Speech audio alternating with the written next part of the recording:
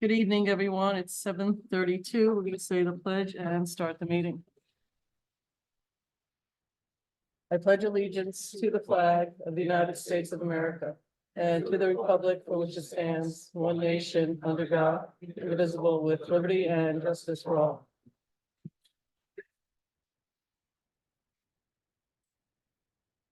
Okay. Getting my chair sitting here. Chair issues here. Okay, Jamie, can we be heard? You hearing me? You guys sound great. Oh, okay, great. So welcome everyone to our meeting today. A reminder before we lose people that next week is Juneteenth. We will move the meeting from Wednesday to Tuesday in the courthouse, correct? So join us then. Just I don't forget to do that. Just a couple of small announcements. I used to say it's a Portuguese Day Parade, but apparently according to the signs, Portugal Day Parade from noon till 11 p.m. Market Square. I don't know how many, but I'm feeling like it's 26 years. Does anybody know? But it's up there. They do an amazing job. They bring in singers and dancers, lots of music. Goes without saying, there's going to be tons of food. And we hope that everyone in the community comes and drops by for a couple of hours of the whole event. We'll probably be there at about, some of us who are able to will be there at about 1 o'clock, 1:30. There'll be a flag raising at about 1:30. So please join us. There's a few more Juneteenth events, not only here in Ossining, but also throughout the county. So please look for those as well. We had a lot of celebrations this past couple of weeks. We got a nice $10 million grant, which we discussed, which will go to the water treatment plant. And I see Andy Teese is here. We'll be hearing from you later. Andy and I had a very nice trip up to meet with the folks from state, which was really helpful. You also get to see communities and municipalities and their leadership teams and get a chance to chat with them about what's going on there. So always a nice thing. And Andy and I did get to travel a bit and see the veterans flags that we use in a few other, I think like 2 or 3 communities and how they're doing them. So that was also nice to see this time of the year. Also, some folks are celebrating Flag Day. So lots of, I think, activities going on around that as well. And it's the end of school for some folks, and there's a lot of activities at the school. So I think that's also something to be on the lookout for. And I know we're going to be hearing a little bit more about a couple of community engagements. For the past couple of years, we've done a lot of work around engaging community. Meetings at Market Square. We were at Here Coffee last week, trying to move around to have meetings where people are, not just where we are. So not just in this room or in the courtroom, but also, where people congregate. We're trying to do more outreach to reach people about community center, the pool. I think the next one's about the multimodal project, solar project, parking lot down by the waterfront, by the parking for Metro North, et cetera, et cetera. So we'll hear more from, I think, the village manager on that. I think that covers the announcements. Yes. Doing a double. All right, let's get going.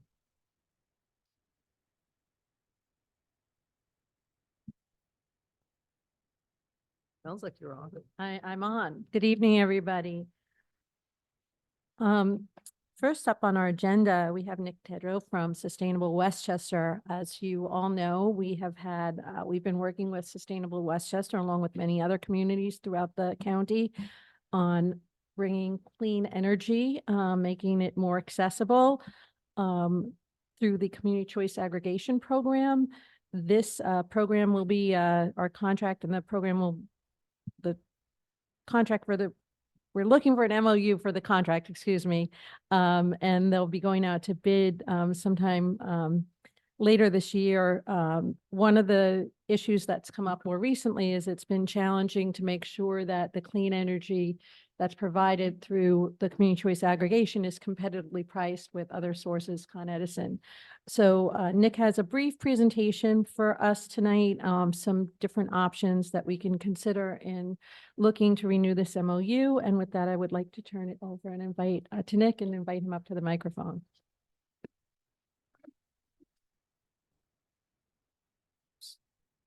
about that. Thank you. Yeah, I think he just came and turned it on. Can you hear me all right? Yeah. Yeah, okay. I do have a presentation. I don't know if I should be plugging in. Okay, I'll wait for I'm Jim. pulling it up just a moment. No problem.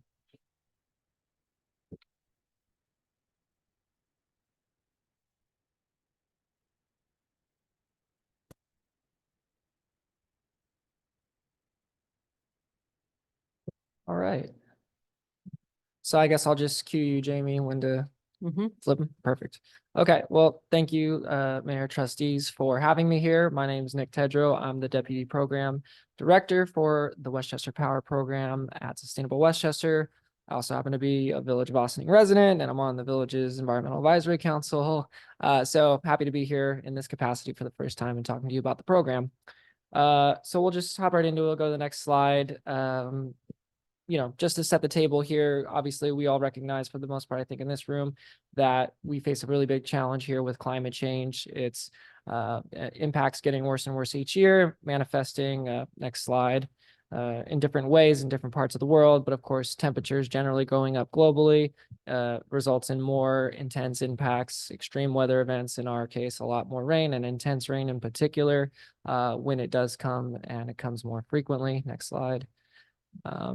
And some just visualizations of that, not that we necessarily need it because we experience it all the time, but as recently as this last hurricane tropical rain season, a lot of flooding and damage in our area across the county, and expected to be a good deal more of that this time around, given what the meteorologists are saying with what's in store for another hurricane season.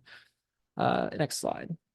But luckily enough, we live in a state, and of course in our county and here in this community where, like I said, we've recognized the challenges that we're facing, and we've set ambitious goals to try and mitigate the impacts that we're already going to be in for no matter what, and reduce that potential impact by taking decisive and strong actions here today, and in the years to come, to reduce our emissions through our energy consumption, switching to renewables, ambitious target, 70% renewable energy, through the Climate Act, a state goal by 2030, and zero emissions by 2040.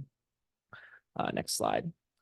So with this shared challenge we face, we've been doing a lot together through shared services. Westchester Power, I should say Sustainable Westchester, next slide, is the first in the state consortium of municipalities. So our members are the cities, towns, and villages of Westchester County, except for one city or town that does not participate, and the County of Westchester is a member itself. So we provide a variety of shared service benefit programming that these communities in our nonprofit can tap into. Next slide. This is just a snapshot of kind of the major stuff. Of course, we're here to talk about Westchester Power primarily and community energy, but we also have community solar within the energy space, and a lot of different programs targeted to buildings, residential, commercial, and things you can do to save money by changing your habits and so on anyways. But we'll go to the next slide and focus on this particular, and I should also say this is part of what we're doing here at Sustainable Westchester too. A lot of different types of engagement within the clean energy space, trying to help Westchester be on the forefront of the green energy workforce, building our, communities and the people within our communities with the skill sets to go out and get jobs as we transition to the clean energy economy, engaging with municipalities, helping promote events, lead events, put on different things to educate people about the issues, put them in contact with us or other resources that they can use and benefit from, and provide service and help to all corners of our community. Next slide. So within that, the flagship program and the cornerstone of all this has been Westchester Power. Next slide. Of those 44 municipalities, 29 are in the program, and roughly representing about 145,000 electricity accounts between residential and small business service classes. Next slide. And the three primary benefits we bucket the program into are as providing our clean energy, of course, expanding consumer choice, and capping electricity costs. Next slide. In terms of the first, in 2023 alone, we mitigated roughly 310,860 metric tons of CO2 from the atmosphere through the renewable energy consumed in the program. Next slide. That's equivalent to about 74,000 cars taken off the road for a year. Next slide. And in terms of, the actions that we're taking as municipalities, this program alone, if you were to combine transferring to green fleets, doing LED lights, a lot of these other things that communities do, this single program, its GHG impact is greater than all of those things combined, is the most impactful thing that can be done by a community at scale to cut their emissions impact. And next slide. And in terms of kind of, putting a dollar value on that in terms of how we conceptualize the cost of not taking action today and letting our, path carry us forward with our consumption of carbon. The Climate Act, the DEC was charged with developing a method for calculating that. So roughly the 230,000 metric tons of CO2 is avoiding roughly 40 million of social costs into the future. So damage to infrastructure, poor health outcomes, health issues, things like that that are going to cumulatively cost us money in the future. By cutting our emissions today, we're avoiding a lot of that in the future. Next slide. So in terms of expanding consumer choice, before we existed, the traditional sort of structure of your energy supply was you open an account with the utility, you automatically start getting their electricity with an option to go to the private market and maybe contract with a private company for either brown or green energy. With Westchester Power, now as a default option, there's an additional choice that's been made available by your municipalities, and you can actually have a default that fits the values of what your community is trying to do and gives you the option to tap into green energy if that's something you want to do. But for a lot of people, that is very prohibitive to put solar on your home or do other things. This program lets people do that and opens the door for a lot of folks who might have been excluded from doing something that was positive with their energy choices. Next slide. And then capping electricity costs. This is a fixed rate program and has been since we've been running it. And the reason that's important is for a lot of people, having the predictability of the fixed rate, at least on this one aspect of your utility bill, can be very valuable. We've seen utility rates spike in the past and can be very volatile and sensitive to what the energy market is doing. So in the past, utilities have spiked up to 22 cents or more. So folks who have been in our program always know month to month what they're going to expect on that part of their bill, and it provides a good insurance against those spikes. Next slide. And then this is, sort of just a side benefit, but, for municipalities, this is a good thing. The clean energy communities, and there's other state grants that have incentives tied to participating in this program and getting the green energy default. So the Village of Ossining, along with a lot of other Westchester municipalities, has been really active in participating, running green campaigns, and doing things to accumulate points and incentives through this program and other programs like Climate Smart Communities. Next slide. So if, just for the sake of, hypothetical, if the Village of Ossining were to go a step further with this program again and go on for a green contract, you'd be accumulating enough points to step up to the next designation here. Right now, you're at the 2-star designation. So another couple thousand points would take you over the top to the 3-star designation and qualify you for $100,000 grants to do more great green things like you're already doing. So, obviously it's not the main reason you do a program like this, but it is a nice benefit to mention. Next slide. And then, excuse me, we do, we're a community-based organization, and we feel we provide a level of, intimate relationship with the consumer base that the utility and other folks don't provide. We are all local people. We represent most of the parts of the corners of the county, and we do a lot of community engagement events. You can see we have a bilingual event here at the library here in Ossining, geared towards our Spanish-speaking community here, to talk about the guaranteed savings program we offer. A lot of cool stuff that's relevant. Grid rewards, which is going to be a big thing during the summer. I can talk about more, but we're trying to do more and more of these types of events, and I'll talk more about that as we get into the parts about improving the program for this next contract round and the things that are going to change and improve. So we pick up the phone, and we hope we're giving people a lot of information and education about their bills and about energy in general and what available resources they have at their disposal through our organization. Next slide. Yeah, and then improving communication, and just segueing into that right away, I guess, actually. we've heard as a big piece of feedback, particularly with this contract, in companion with the price being off the mark with the utility for the most part over the course of the 2 years, that people, feel like have been frustrated in some respects in some places, that they weren't aware of the program even to begin with. So that's definitely not the goal here. And having excellent and diversified methods of communication that are going to be effective on a community basis for certain demographics, and that are a bit more customized and targeted so that they are actually effective in reaching people and helping them be aware of their choices, is something that we're really committed to making sure we're improving upon. So, working with the community, doing more, hopefully this event that we're doing on the 26th is something that draws a lot of people out and is replicable for us to do for Westchester Power programs in Bostoning as well, and educate the public about the program. But we're definitely committed to trying to diversify the ways that we're reaching people and being more and more diligent about that as well. Next slide.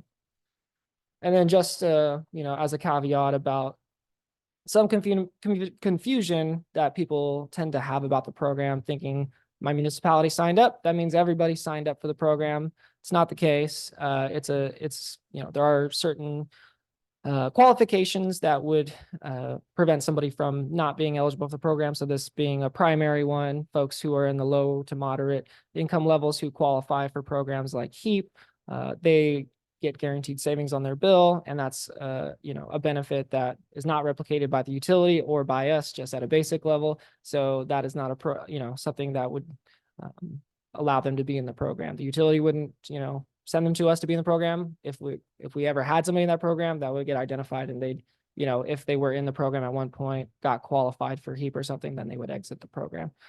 So that being one instance, folks with also their own private contracts for electricity, not eligible for automatic opt-out enrollment as well.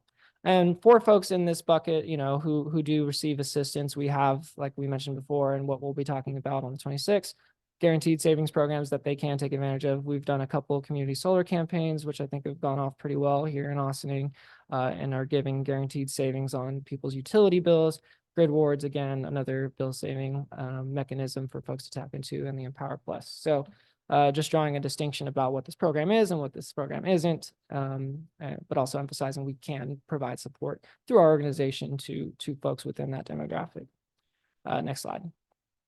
And then generally speaking, we feel, next slide, this program, sorry, you jumped me, go back one. Yeah. So we want to emphasize again, the empowerment aspects of this program, that people have choice. It is the expansion of choice, and the options available to you are easy to take advantage of, and we want to make sure people are aware of it. So, in terms of opting out of the program or switching between supply options we offer, that can be done in a variety of ways. And in terms of our mailing option, that's relevant for when we do new contracts or new customers are mailed to for pre-enrollment. So that's a pretty simple step there. When we have a new contract or new rates, we mail notices out to everybody who's eligible. They have a 30-day window initially to opt out and or change between our supply options if they want to, and they can respond to us by mail through that letter. But they can opt out anytime as well through one of these other methods, online, through email, or calling us. And there's never any fees or penalties for that. They don't have contracts at the individual level. That's all between us and the municipality and the suppliers. And folks can come and go from the program as often as they like. And if someone chooses to opt out, they're opted out for as long as they choose to be opted out. They can come back in, as I said before, but we'll never mail to them again for pre-enrollment to come back in on an opt-out basis. That decision is respected for the life of their account. So next slide. Some people ask this question a lot: why is opt-out necessary? It is the only way that a program like this could actually function. Otherwise, it just becomes another situation where someone's going out to the market and trying to get a contract with a private company. It helps the program really uptake clean energy at scale. And functions in the same respect that people's supply choices for your energy have always operated, instead of the original traditional style where you were signing up your account with the utility and getting their energy by default. This is a municipally chosen embedded option that actually aligns with values of your community, but also still provides you the options to not participate in it if it isn't something that you want. So next slide. just to summarize that, this program does empower people to have optionality, easy optionality as well with price predictability in the fixed rate model, rather than having to just be stuck with the utility or trying to navigate that private market themselves and take environmental action if that's something they want to do, which I think a lot of people do really value and want to be a part of, but can't for one reason or another. And then, of course, municipalities are doing this to promote those same values, provide options for their consumers, and take large steps and leadership steps with the clean energy transition. So next slide. We'll get into the contract stuff now. So this is the current contract we're in. It ends October 31st, as the manager mentions, and the current rates you can see there, 15.5 roughly for the renewable, and 13.5 for the standard. And you can see that the trailing 12-month average from the Con Edison published rate was 9.378 cents per kilowatt hour. So definitely a delta there that we're not happy about for sure. It's not something that we've experienced in the program's history thus far until this contract being so far off of the utility rate. But there are some, unfortunate but real reasons for that we had to deal with when we went through the last contracting round. Next slide. So speaking of that, 2022, we were heading into this contract renewal at the time when Russia invaded Ukraine, and that sent energy markets into a real volatile state at that time. So we saw spikes. There were a lot of forecasts and projections about what that geopolitical action was going to mean in terms of the larger energy market, particularly in Europe, as Russia is a big producer and supplier to that market, having an impact, therefore, on us by that decision. So coupled with the prices domestically for natural gas and the expected exports and demand from Europe, there were all indications that we were set to have highly elevated prices for electricity for the foreseeable future. So those were the conditions of we were living in when we locked in this last contract, right? And it turns out prices pretty much declined fairly significantly after that point. So moving to the next slide. Taking a broader term of this, or view of this over the terms that we've been running the program since 2016. You can see here, maybe not super clearly if you're in the room, but over the course of the program year to year, we've been highly competitive, even for our renewable rate, which is a premium cost product, because unfortunately to go green, there is a little bit of a premium associated with that in today's market. But over the course of the years, we've been relatively at the utility level, maybe a little bit behind, maybe a little bit ahead. But these last couple of years have been particularly anomalous because of the conditions to which we went out and got that fixed rate and locked in the price at that point in time, which we were married to for the 2 years. And unlike us, the variable rate showed a benefit in that it went down when the market went down. Next slide. So, the other way to look at this, though, and I think a more relevant way, is to remember that the Con Edison rate is a dirty fuel source. It's not apples to apples to the premium renewable energy that we purchased through the program. So when in the surveying we do of the ESCOs on the market, and we started doing this very intently when this contract went into effect, seeing where the market was at, even for a contract and a rate that we locked into that was at a high point in the market in general over the last 10 to 15 years, we still saw that our renewable energy rate was highly competitive with the general market, even as time went on through this contract, despite the fact that we locked in at a high point. And that's just to say that the validity of the model, I think, still holds true given that point alone almost. But we feel good, at least, that despite being off the utility rate quite a bit, we were still among, or some months, the best offer that someone could get on the open market for renewable energy, 100% renewable fixed rate energy. Next slide. And next slide again. So just context for going into this next contracting round. Obviously, we are not in the state of the world we were in at that point in terms of the energy market and what the signals are out there and where prices are today, which is a good thing. So that will translate into lower prices. We do see signs in the market, though, that show advantages again for the fixed rate model that we've been utilizing. We're making this big transition to renewable energy, which means we're shutting down a lot of dirty, polluting peaker plants and a lot of generation capacity that is not of a fuel source type that we want into the future. So with that transition, there's going to be capacity constraints, dealing with issues of intermittency that come with solar and needing storage to support all that. Means that there's probably going to be price pressure based on that alone. And then talking about natural gas as a big, the main driver of electricity prices.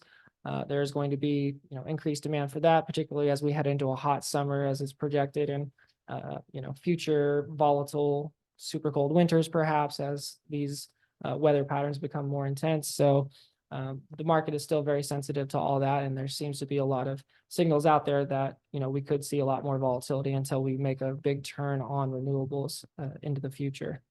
So next slide.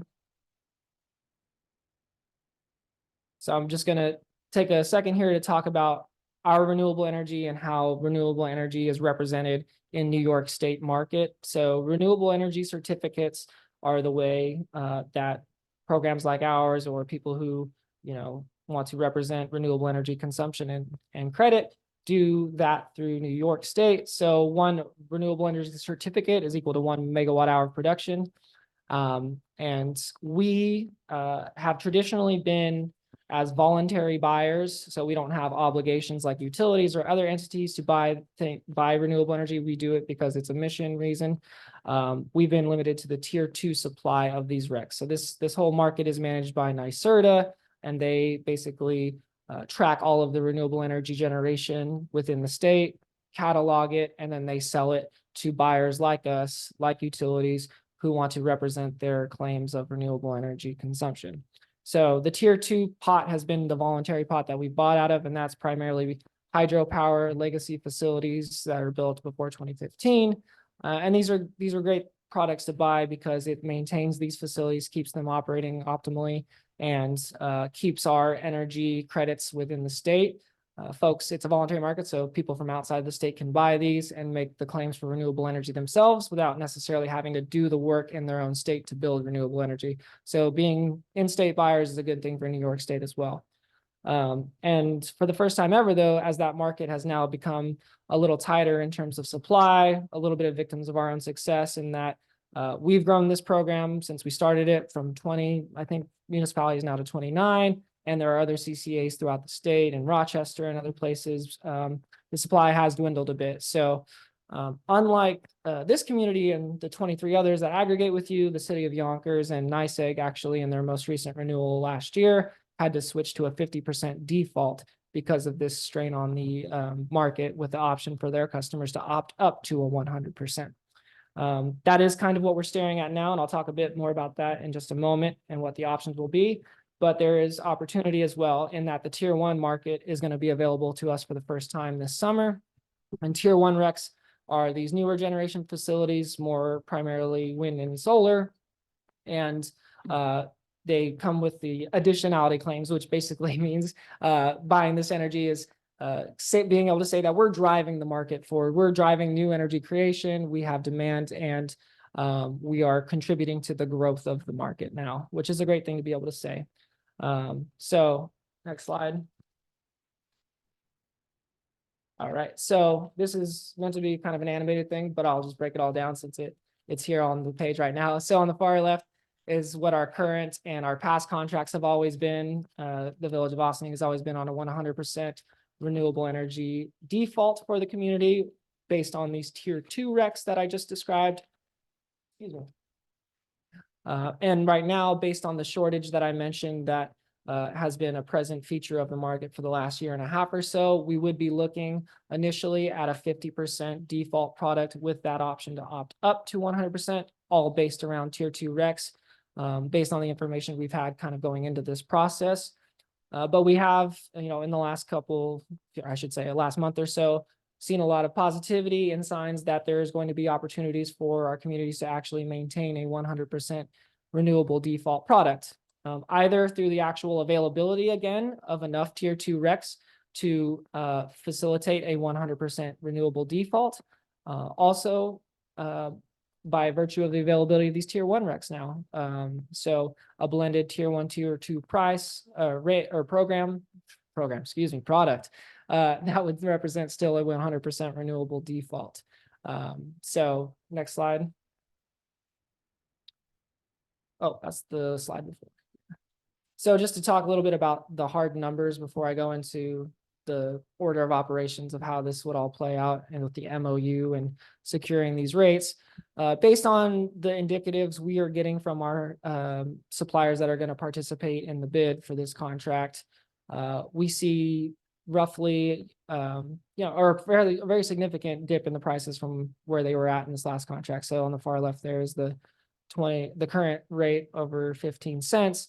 And you can see there on the right that the indicatives are showing for that same 100% tier 2 product, roughly 12.5 cents. A blended tier 1, tier 2 product would be roughly short of a 13-cent price, and then a 50% would be just over 11 cents. And I didn't mention this before, but we have previously also in the program offered a standard rate. Most communities don't use that. There's 2 out of the 29 who default their municipal or the municipal accounts, the residential and commercial accounts to that. But outside of that, not many people switch to that product in the other communities, and there isn't a whole lot of demand. And of course, it's not mission oriented and aligned anyway. So, and then the pricing requirements that New York State is now putting around that product make it pretty hard for us to offer anyway. So for a lot of those reasons, we're not offering a standard product yet. We're moving to be a greener program overall, just by virtue of offering just green products, 50% or up. So next slide. So this basically is describing the way that we can get to a 100% renewable product. So initially we are going out to bid for that 50% default product. We want to go to bid sooner rather than later because we want to get out ahead of the summer market where we think prices are likely to go up. And since we want to try and lock in the base rate at the best price possible, we want to go and do the bid as soon as possible. So that does add a little bit of nuance to how the process would play out. Assuming we can go to bid in June, lock in the rate, we would be waiting around till July to know for certain what the availability of tier 1 and tier 2 recs are going to be and what those prices are. And be able to actually secure those additional recs to fill out a 100% renewable default product if we are able to procure one or both of those level of recs to do that in the July-August timeframe. So next slide. So basically what that boils down to in terms of action today, there are 2 MOU options. We had previously had 3, but in a lot of going back and forth with municipalities and the evolution of the availability possibly of tier 2 recs, we try to simplify this a bit and just make it 2 options and make the path a little bit more straightforward for municipalities. So an MOU option 1 here would be, a community could say, well, we know we're going out for bid for a tier 2 product initially. We're happy with that as being the product structure for our community, a 50% default with an option to opt up to 100%. And then it would kind of be set at that point here towards the end of the month. For folks who are interested in the 100% renewable defaults, you would still, be signing on for that 50% default base contract, but there would be an opportunity once these pricing and availability questions shake out in July and August to, come back and make a decision and say, oh, we like what that looks like, and we want to go with the 100% option. So that would be a second MOU where once that pricing came in, you would just sign an amendment to that base agreement and swap in the 100% default product as your primary offering. So next slide. I promise I'm almost done here. Here's the general timeline. So right now we're actively meeting with communities. We've gotten a decent way through, and we're, starting to get MOUs in hand. So still targeting the late June time period to go out and do the bid. And then we make that award towards the end of the month, like I said, and wait till July to come around when we know what the tier 1 pricing looks like and what the tier 2 availability is. And we can know in that time frame, all right, we're able to offer 100% product. Does the Village of Ossining want it? Does City of New Rochelle want it? and so on, and get everybody who wants to transfer to that 100% renewable signed onto the amendment, and the final purchases get made, and we sort of roll into our normal compliance steps, doing outreach and sending out opt-out letters in September and rolling into the new rates November 1st. Next slide. So that was the end of the presentation. Here's my contact info if anyone wants to reach out online or in the room here. And of course, I'm happy to answer questions that y'all may have. Thanks for listening to me. Thank you. Great. Let me start to the left. If you guys have any questions, please. Just a Thank couple. you for the presentation. Yeah, Yes. absolutely. Thank you. So you've been in existence since 2016. How long has Ossining been a part of this? I think our original member. One of the first ones. Okay. Yeah, one of the first ones. So is there any data on how many households are signed up for this program in Ossining? Yeah, 1 second. I think I have that spreadsheet up. At least as of the end of April, I have that.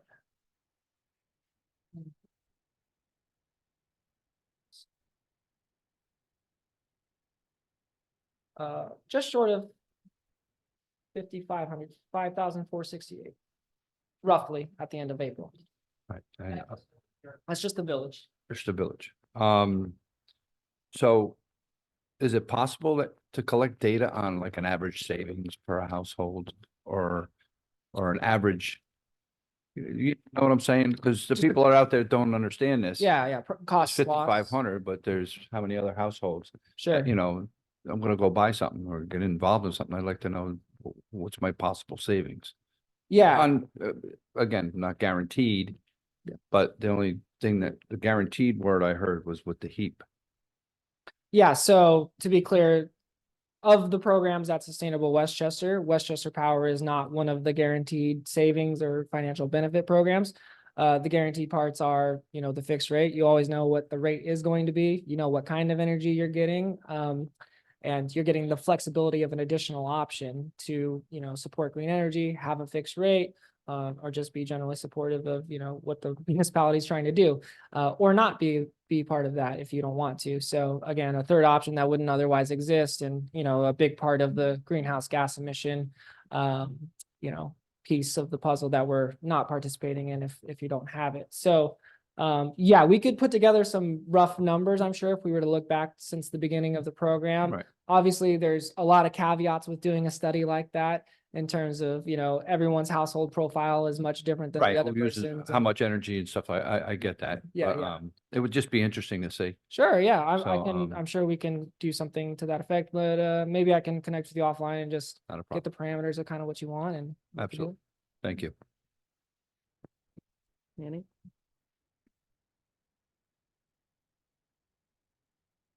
Thank you. Mhm. Actually, I thought he was going to say something different, so I'm going to piggyback on what he asked. Okay. For the past 8 years, obviously you went through the charge. I'm not going to go over some of the savings. Obviously, it was for us because I was part of the board. It was the savings. Not only the savings, but the green portion of that element, the component itself, what that meant for us. Now, not so much. Mhm. Since 2023 Mhm. is a big difference, some few cents in this type of economy that, the milk price of a gallon of milk is out Yeah. of the sky. Yeah. So people tend to try to see where can I save? Sure. How can I save? Sometimes, the green portion doesn't mean too much to a lot of the, homeowners or just tenants itself. Absolutely. So out of the 5,000, more or less, I'm going to round it, just give it a round number, 5,000 Sure. people through the years, since 2000, maybe more or less 2023, how many of those have opted out from this? Since 2023. I don't have Maybe, that. or just an average in a year. Just give me, if you have sort of like an average or just an idea of how You many might have to people go back a usually, little bit more than yeah. that. Or Yeah. just this year, how many people have opted out this year?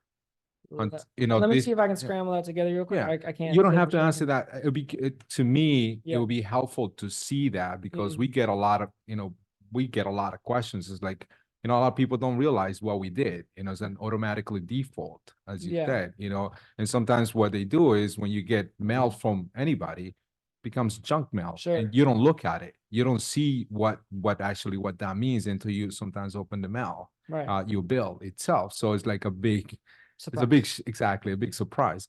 So to me, it would be curious to see that. Yeah. To me, that will be the data that I would like to see, Sure. you know? Yeah, I can give you numbers on, the drops roughly month to month, over the course of time. Yeah. You know, obviously awareness is a big thing we're focused on for this next round of the contract. We don't ever want people to be unaware of their choices because then that's not really a choice, if you don't know you have it. Of So, course. that's a big problem. And we understand that is more exacerbated, particularly in some communities than others and certain demographics than others. So we've been hearing that a lot. I was just in the city of New Rochelle last night talking to their city council, very similar concerns. And so we have a very, keen interest in making sure that we're not repeating that kind of mistake in the sense of thinking that maybe there is a better awareness and not, and being really attentive to the fact that we need to be making sure that we're working and partnering with the communities, their leaders, their groups, folks who are in touch with who we need to be and where we need to be, speaking with. So that's something we're going to definitely be emphasizing, as I think I mentioned before in the presentation, a lot more. And we'll definitely invite your ideas, your thoughts, if you know that there's pockets of the community that, had never heard of this, maybe in some substantial form, and making sure that, we're reaching those folks, that we're helping people understand the options, the best way to communicate those options. I'm not going to pick up the phone when I talk to anybody and start talking about renewable energy certificates, because that conversation will end pretty quickly. So definitely hear all of that, look for ways to improve the envelopes. They do come with the municipal seals on them and red lettering, but maybe I think somebody in the city of New Rochelle yesterday said, well, some people probably thought that was their tax bill and they didn't want to, or their water bill, they didn't want to look at that, so they kept it closed. But is yeah, true. that's definitely hear it loud and clear. And I think we've learned a lot where we've now been in this anomalous situation where we hadn't been before, when the rates have been relatively even or better in the past. So we're definitely taking it to heart. Yeah. That there's Yeah. a different attention needed to the outreach and the communication this time around. So that would be helpful. So I have a couple more questions. So out of the 29, and I want to say 29 has been very consistent throughout the past few years. So the most recent addition was the city of Yonkers. They contract alone. They're a pretty big city and they came in at a time in the middle of a contract. So How long ago was that? that was 2022 that they started Okay. their program. Before the year before that, the village of Tuckahoe in 2021. And then 2019, we had 4 or 5 come in. So it's been a fairly steady, It's a growth. yeah, Okay. growth. But now, in the past 2 years, and plus the presentations that you've been doing to different municipalities, what has been the feedback on them? Do they have the same? It seems like New Rochelle has the same concern, but have you seen that throughout? Because right now, you want us to give you an MOU more or less, because there's not that much time left. It's like you're looking to June. Yeah, we we are are in looking June. to go as soon, Yeah. take advantage of the market where it's at now for sure. So, but what is the consent more or less on all the municipalities? Are they moving forward with this? Yeah, so far, no one has decided like we just can't go forward at this point. So that's not to say that won't happen. Obviously, a lot of communities are feeling the feelings you have and the pain points that have been raised here today. But as of now, no, we've only had people sign MOUs, but we'll see what happens. We have some tests ahead of us. But no, yeah, luckily we've had pretty strong support, I'd say overall. And it feels like, despite this last contract and the resulting rates and some of the pain points that came out of that, there's still some resolve and commitment, obviously, to the benefits of what we're doing here in a much more macro sense on the GHG and being committed to finding climate change fight and just being, a lot more attentive to making sure that people are, hearing about the program, being educated about it, and know what their options are, as really just kind of the crux of what the issue is this time around, I think. Yeah. So more or less the idea, it seems like you have some sort of a sense of what the price could be going forward, maybe. So comparing to 24, sure, Con Ed was 11.39, and we were between 15.4, 13.68. What do you think is going to happen 2024, 2025, more or less? Oh, wow. That's a If I knew the answer to that question, Just an I might not be average. I mean, standing you're here. you're in that business. If you're talking about construction, we know the average, we have an average cost of construction, sure. So what will be, are we gonna be just there? Do you think we're gonna go down a couple cents or we're just gonna go up? So in terms of our pricing, I did put up onto the screen, with the asterisks of what today's indicatives say, because as I think I alluded to pretty strongly before, the energy market is and commodities, sometimes these days are pretty volatile in general. And just like in construction, I couldn't tell you if there would be a tariff put on that affected the price of wood or wood, maybe not the best example, something made from China or something, that would increase certain costs. But based on the knowledge of today, what the market signals are, the research we do, the people we consult with who are experts in this, we feel like, the pricing that we're seeing now, besides obviously being a lot better than what our last contract rate was, stands to be a good value rate for renewable energy, going into the future here. Because we're seeing like on the ESCOs, for example, those prices are still high. I just got something in the mail from Clean Choice Energy yesterday, 15.7 cents rate. So, we think the renewable energy rate is still going to continue through this program and model, be a really competitive and So more or less, we may be the same price that we are now, hopefully less. hopefully less. Yeah, I think if I wasn't making that clear. Yeah. And And then in terms of the Con Edison, I couldn't tell you, yeah, of course. there's a variable rate, whatever the markets do, the next geopolitical conflict or, incredibly hot summer here could shoot the price up, in the snap of It's a a finger. possibility. Yeah. Yeah. I mean, the meteorologists are saying hot summer. So, we'll see what happens. Hurricane season. All right, thank you. Dina?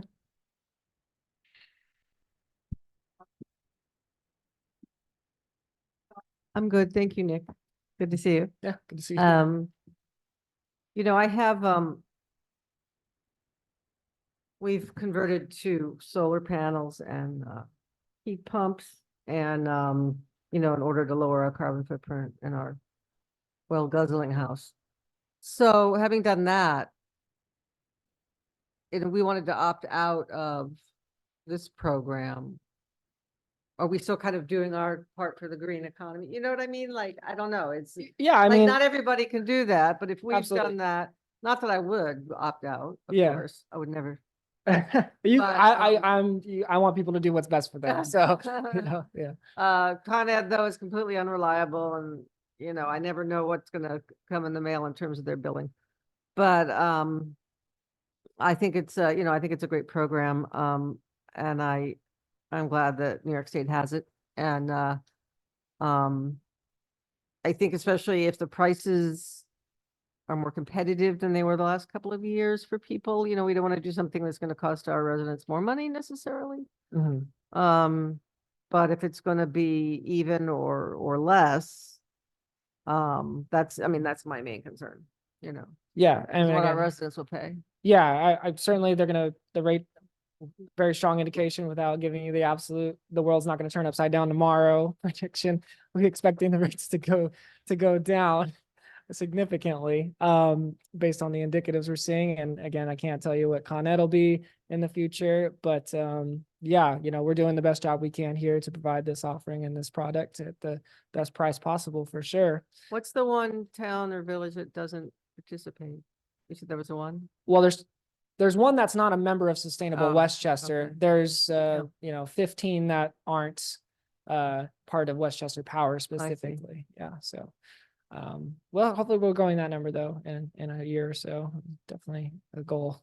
And in terms of your individual perspective, I don't know how much your solar covers your home, but, I mean, I'm guessing it's probably pretty substantial. So you might not even have that much energy that you're pulling off the grid anyway. So, you might be feeding back more Yeah. than you're actually taking. So, there's for people who have the solar, that's great because, it's doing a great thing individually, but, in terms of your electricity supply from the grid or from us, it's a pretty minimal take, if anything. So, yeah.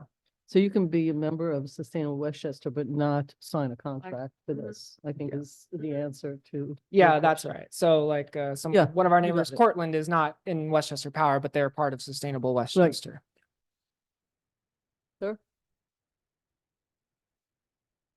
Ma'am. Thank you, Nick. Appreciate it. I'll tell you where I'm sitting on this. So, I think that it's um, a complicated story. Not complicated in that there are difficult pieces to understand, but complicated in that you have competing interests. We all want to be able to survive on the planet. We realize that climate change is making that more and more difficult. You showed the photos of the flooding. We recognize the heat. It'll be in the 90s next week, et cetera, et cetera. Like it's getting pretty bad.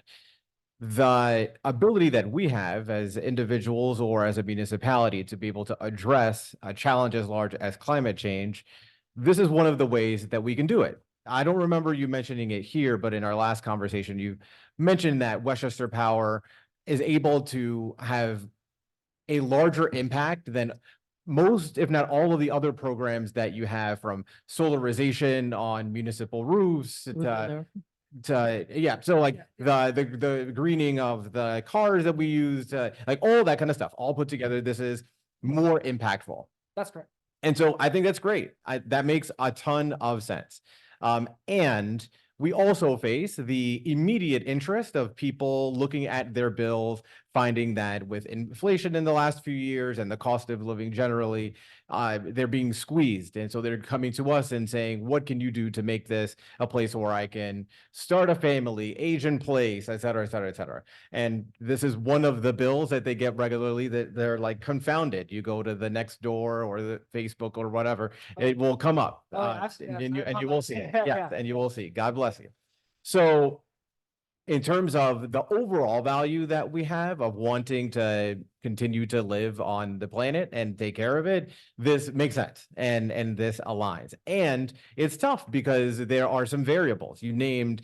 You don't know exactly how much it's going to be. And more likely than not, it's probably going to be a little bit more expensive than if you go with Con Ed. But if you are making a choice that feeds into the larger value that you have in being able to sustain our environment, then one would say it's worth the cost. But now I'm making that decision on behalf of a lot of people who then themselves have to figure out this process of opting out, which we've discussed the difficulty of. The language isn't always clear, et cetera, et cetera. And so I want to make sure that I'm doing right by the residents and doing right by the residents, right? in the long term. Yeah. So my sense is that I don't have no idea how people are feeling in terms of continuing with the MOU or not, of the at which level, et cetera. My instinct is to say that probably the middle path is to go with one of the options that is not the 100% sustainable, which is probably going to be the largest cost, even though it also has the largest benefit. But go with that other option that would allow us to kind of thread the needle of making in this choice, which will have long-term benefits without feeling as much of an immediate squeeze. That's my sense, but that's just how I'm coming down on it at this point. With my values, like I would go for 100% sustainable all day and let that be what it is. But I'm also in a position economically where it's like, you pay a little bit more, whatever. It's an inconvenience. But if I'm choosing between being able to buy something for my family, being able to take care of myself, and saving the planet, I'm like, I don't know about this planet. Like, I got to make it. I got to make it day to day. And so I'm trying to also remember those folks that are more on the edge. That's where I'm currently sitting. Would love to hear your response to that. Yeah, and I'm totally sensitive to those things also. An Austining resident who sends her kid to the very lovely place of Austining Children's Center, but has to pay for that also, and his mortgage and those things. I definitely feel those too.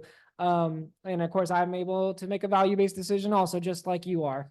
But I totally hear, what we're saying with respect to people who are having tougher decisions to make on a daily basis. And I want to reiterate a couple things. One is, for the people who are hurting the most that qualify for HEAP and these assistance programs, they are not eligible for this program.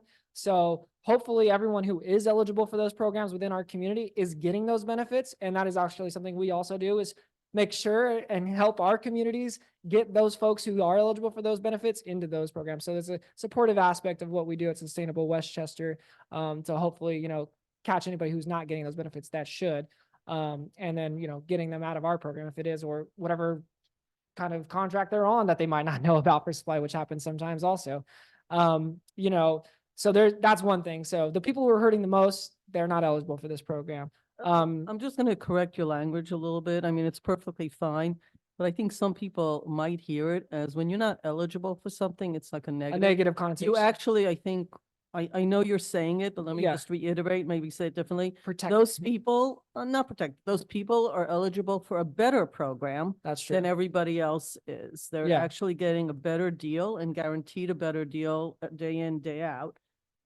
That's what you actually mean. That's a much better phrasing. So thank you. Yeah, hopefully that wasn't coming off the wrong way. So as the mayor said, hopefully people are getting eligible for a better deal. And then in terms of, the people more in the middle, maybe, that's definitely where I think hitting the communication piece better, being present, doing more types of communication. We've talked about, adding more information into the mailers that go out for the people who are opening the mail and not understanding maybe the letter that we're mandated to use by the DPS, having an accompanying letter. We used to have, when we could control the letter, a message from the mayor. I think maybe it was Mayor Garrity before when the change happened. So that's something we could do again as additional piece of paper where it's a message from the mayor in, dual languages or multiple languages, to frame the program from the municipal perspective in more understandable language. Doing more events like the bilingual event or just general, community level things at the Caputo Center, finding people where they're at and being present, as you all were talking about on the front end of this, to make sure that the options are being presented to folks and there's an honest ability for them to actually deliberate those choices and make the judgments for them and switch out of the program if they want to. Of course, we pointed to the idea here that we're hopefully getting a substantial reduction in the rate. So obviously by virtue of that alone, what they see going into the future, if they've been in the program up to now on this contract, is going to be a reduction in that front. So, I think that's hopefully a positive thing that we can point to there, that there's relief coming in that sense, just through the mechanics of the program alone. But yeah, we want to be sensitive to, the issues, that folks are facing and be a supportive and a resource and a partner on making sure we're doing all we can to try and, assuage concerns out there and present the program in the best light and the options in the best way that we can. So, there's a lot of different strategies we can take for that. And we want to partner with you to think about those things and make the choices known. But obviously we are hopeful folks will want to continue doing the 100% renewable thing, but there is obviously a difficult decision in the seats you all sit in to make with respect to that. But I am thankful as a village resident to have this option myself, I will say, and I take advantage of it, even though it does notice in my pocket maybe some months. But yeah, You have no hopefully- choice. what's that? You have no choice. I have it. Well, yeah. No Like way. I have everybody a else. choice. I don't have a choice. Yeah. Well, if you opt out, that will be a little difficult situation, I would say. Okay, so if I could, I want to also put some of this in context. The contract came up, Sustainable Westchester has two parts that we look at. One is our membership in Sustainable Westchester, which is solarization. It does all the things that were already mentioned. So I just want people to be very clear about that. This is very specific to a discussion about the contract. And the reason it took, 45 minutes is because energy is actually a very complicated product. And, buying energy futures, I should be so lucky that I knew how to do it because I'd be sitting at home making a lot of money. Mhm. It's very complicated, and I wouldn't say it's like going to a casino in Vegas, but I mean, from my perspective, it's pretty damn close. Because every time a war breaks out, every time a government changes its laws, every time Europe decides to do something, every time the Arabs decide to do something, China decides, which is like every other Wednesday. So it's a complicated business. And when you have to buy it in advance, which is what futures is, Mhm. no one here, and no one in your organization, everybody does the best they can. Didn't do so well on the last contract and didn't benefit from variability because it was locked in on a contract rate. So Con Ed has a variable model, so they do a little bit better. All that said, it for me comes down very much to both a personal thing and as a representative of 30,000 people. If we believe that we want to reach the first slide or the first two slides of worrying about the environment that we live in and getting the emissions down to the numbers that New York State committed to, it will not happen unless there's a consortium like this in existence. The consortium can't exist if the municipalities all pull out. The municipalities are only voting as leadership members that the default will be to this model. The default. My concern, we had asked for a meeting last week because we're being given like literally no time because it was approached, I don't think intentionally, as if it's a contract that every year we sign and we move on. We didn't sign. We actually had issues, and the deputy mayor and I, village manager, and your whole team, including, I guess, your new executive director, were all on a call because, and others were invited. It was called very quickly because there is a little bit of unhappiness on three levels. One, that a choice is only a choice if someone understands they have a choice. So I have lived here a long time. I'm not like the most brilliant person, but I'm like an average person. I didn't know all these years that I had a choice at any time to switch out. So it's only a good choice if people know they have that choice. I think that in Austin, most people are willing to pay the same rate and maybe a little bit of a premium. I don't want to say just to save the planet, but we're seeing the weather changes. It's not like a make-believe game anymore. And the only way to reach those numbers for New York State is with this kind of a consortium. The only power you have is if we all stay in it. Because if like 20 or 30 or 40, I asked you what the percentage was, but I don't think you had the answer because I don't think you know. I don't know what the number is of municipalities pulling out, but at some point they have no power and the whole thing collapses, frankly. So it isn't so much how many people join, it's how many people they can go into a contract with a dealer on the other side of the phone or the computer and say, we have this many, this is like the contract, we can commit to this many. Individuals in this community have a very strong choice as individuals to say, yeah, I'm not happy with this. The price that I can get a Con Ed is more important to me than the environmental issues. And I should have that right. So that's a choice that you're going to communicate really well, which I think in the past has been not as strong of a communication piece. And that's, by the way, what we ask that they do, which have already adjusted. This is a slightly different presentation than we saw because they've already addressed some of our concerns. So communication is super important. I think that most people will stay. I mean, I will, but I'm almost like Dana. I'm all solar. I drive all electric. I've been doing that for years, or hybrid, So for me, it's worth it. But for my neighbor, maybe not. She's an elderly person living, her husband passed away. She tells me all the time about how expensive it is to live. And she's not poor, but it's tough, right? She may this year decide. All these years she was good. This year she may decide, who am I to speak for her? So we are speaking as the default mechanism, as the board decision we have to make, and we have to do it very quickly because the village manager and or the mayor, because I read it that says both of us, but I think one of us can do it. We have to make the decisions very quickly. Decision one is whether we'll do the contract so they can say, okay, Austining is in or not, and the town is doing it with us. So the supervisor said, we're not going to have Austining town do one thing and Austining village another. That's very difficult to explain to the public. So whatever you guys do, we'll do it. And I shared that with you. Yeah, that So makes sense. We've spoken, we're going to do, and they know that. So it's the MOU, it's we're talking about the contract. As the deputy mayor said, which one, there's one or two, although it sounds like we have time. You're not giving us a lot of time, but if we line up, then all we need is an email that says you guys are choosing this or that based on the pricing that you guys are going to get is the way I see the timeline. If you do not get a really good pricing in the marketplace, I believe you guys are coming back to all of the consortium and saying we're not able to get a decent pricing. Am I correct? No. So Okay. slight change, from the conversation last week, but Oh, it still okay. So provides. last week, that was the conversation. It's Okay. still an optionality based All right. choice though. So choosing the second MOU would just allow for another deliberation once that pricing for the Okay. remaining recs to come in and you to make another judgment to sign the amendment to jump up to that level or not. So, Okay.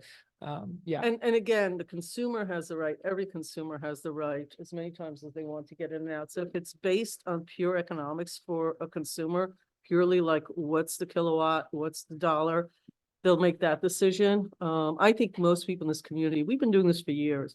And people in the community have applauded us for that. It was only in the past 2, 3 years that I've gotten emails, and I shared that with you guys, very transparent about this, that people who started really looking at the numbers, like having bills next to each other, said, whoa, not the best deal that we should be getting. But there was never a promise that it would always be the best. There was a commitment that they're going to be as good as, sometimes better than, sometimes worse. Those, I mean, I think that was the year I started, actually. It was like, we'll do pretty well. And when you look at that, you're doing really okay on that until the last few Yeah. years. But I don't know what the next few Over the years course are. of the program, it's still, been a very competitive, before this contract, we probably actually were a little bit ahead of Con Edison, and I now would it's. say it's like about a 50-50. Yeah. Let's be honest, Con Ed's it can be a monopoly, if I shouldn't say it is, I could say it can be. And they're a bigger gorilla in the room than you are. And so I frankly think it keeps some of the large utilities in this country more honest when they have competitors to work against, because then they can't do whatever they want. And that's very important to me, frankly. So I actually am in support of this, which I was not 2 weeks ago, because the board all got my email that I have real concerns about it because of the opt-out, because the contract rate is how long? This current one? Yeah, It's a 2-year. It it's a was, 2-year. It used to be 3, no? we did the very first contract was a 3-year. The one before this one was 18 months, I think. So this is only the 4th contract or the Right, third, because you do it for. yeah, the first okay. one was a long 3-year one. So So the communication is going to be significantly different because we all got those letters that none of us understood, and it had the village seal on it, which it wasn't supposed to have, and all sorts of things went. But this time you guys are totally focused on that, which makes me happy because I think that will alleviate stress in our community. I think those were the major things that we talked about, that people have to be ready to speak on the phone. It is really nice that there are a bunch of Austining employees. It's a coincidence, but it's always nice that we have somebody that we can speak to. Obviously, there's great support. Susie Ross called me from Green Austining on this and her group, and and explaining. But to me, the most important thing is the power is in the consortium, and I do hope more join. And I hope consumers opt out if they're unhappy. And I forgot, Bob, was it you or was it you that said we should get some data on how many people opt out? yeah, we Because, could pull some. because we information up. should keep track, Mhm. because we can all sit here and say our people are much more concerned about the environment than they are about other issues. But it would be more fair to actually have data points and say, wow, there's been an increase of opting out. We need to address that. I actually think when people hear the story, they would be fine with it.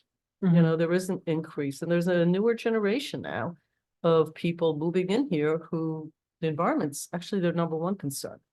And so, there's also changeover generationally, which I think is good. So I'm not afraid of any of the data points. Whatever they show, they're going to show. So I think it would be helpful to look at that. I agree. I think that sort of covers the main, and I do appreciate that you've already made some adjustments.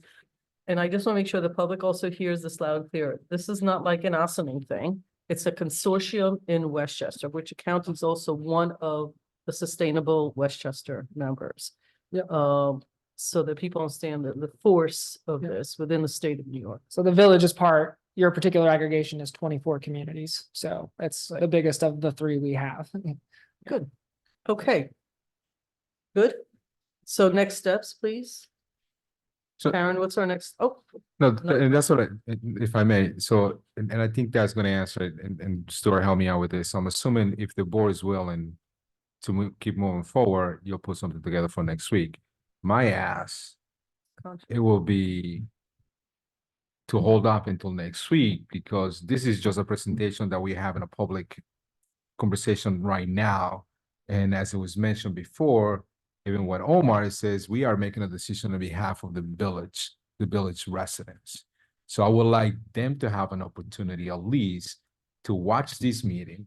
And if they have any questions, to get feedback to us, to In the make a next few decision. days. In the next few days, unfortunately, we have the, the restriction of, next meeting or however we decide. But the other thing to me is that is important that Omar brought up, and we haven't talked about, is like the different 2 tiers, tier 1, tier 2, or the default, more or less. Sure. Which one are we selecting? Okay, that's why I was actually going for that. Okay. This is actually a contract. I don't know if this has a requirement for, they do the public hearings, not us. Well, That's later. Right, The first thing would be resolution to authorize Right. the MOU to be MOU, signed. right, That you would do on the 19th, on the 18th, correct. so that they can at least go forward, and they are here. There is a separate agreement, which is called the Electric Service Agreement, an Right. ESA. That is also something that we sign, and that is signed actually with the energy supplier, which you don't know Yeah. what that is yet. Yeah, and us. And you. So you'll have it ready, so when they do know, otherwise, Well, I already They will have, make the I mean, numbers. I've got the template of I'm that sure. agreement, but the MOU, we were provided with a new one today, which is basically 50%. And then if you reach a particular price point, you can go to the 100%. it which would actually be an makes event. more sense to do the 50. No, that's actually the next step, is that we all agree on that, because you can go up from that. Is everybody okay with the 50 versus the 100? I mean, the second MOU option gives you the option to reconsider once we know what a Right. default 100 price would be, and then you could either sign an amendment for that or not, or just keep So the that's what 50%. we're gonna go with, is what I'm hearing. Everybody's in favor. We can right? have that resolution for next Tuesday. Thank you.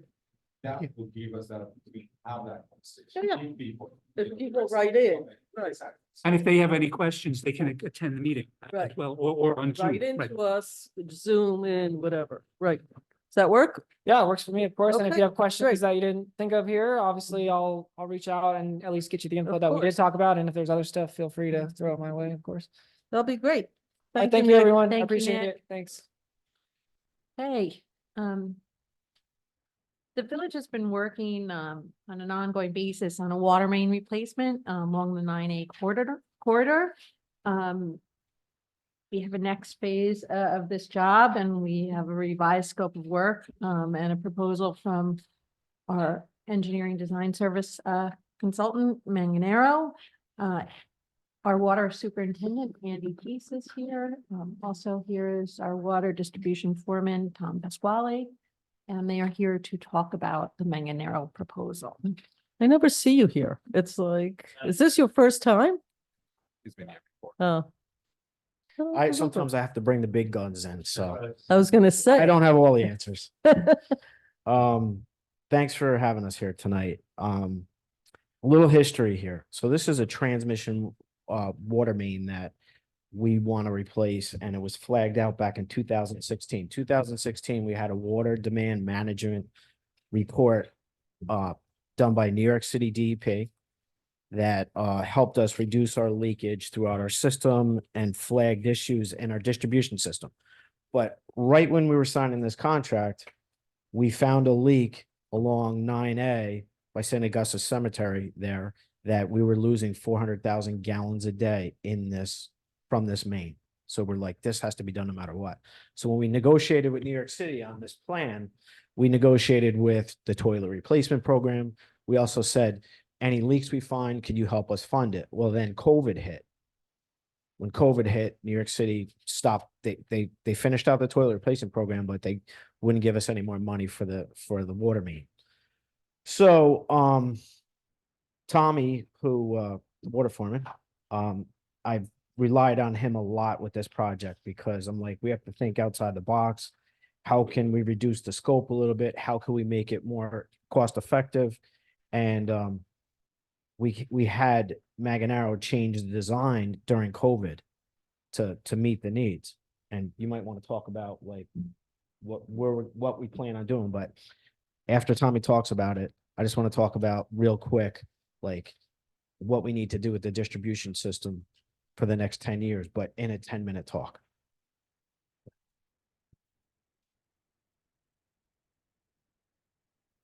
About the new, what position of new? Yeah. Phase one of the new main installation, will come through. First, just say name. and Oh, I'm sorry. Your role, so it's just because. Oh, I everybody forgot wants about it. that. It's Tom Pasquale, Water Distribution Foreman, Village of Boston. Yeah, phase one would start at Whitetail Circle, which is the Deerfield condominiums off of Hawks Avenue and 9A. There is a 12-inch water main that already goes under 9A that we are going to utilize to bring, because the old main is on the southbound side of the road. This we're going to bring into the Deerfield complex because of logistics with land. It would have been easier to go the other way, but the cemetery's in the way. Can't do that. So we had to come through Deerfield. Now Deerfield already has a main in it to supply the units. This is just gonna be a transmission main that's gonna start up at the top of the circle where it comes across 9A, go 900 feet out the entrance over Hawks Avenue to the entrance exit ramp to 9A. That would be on the northbound side.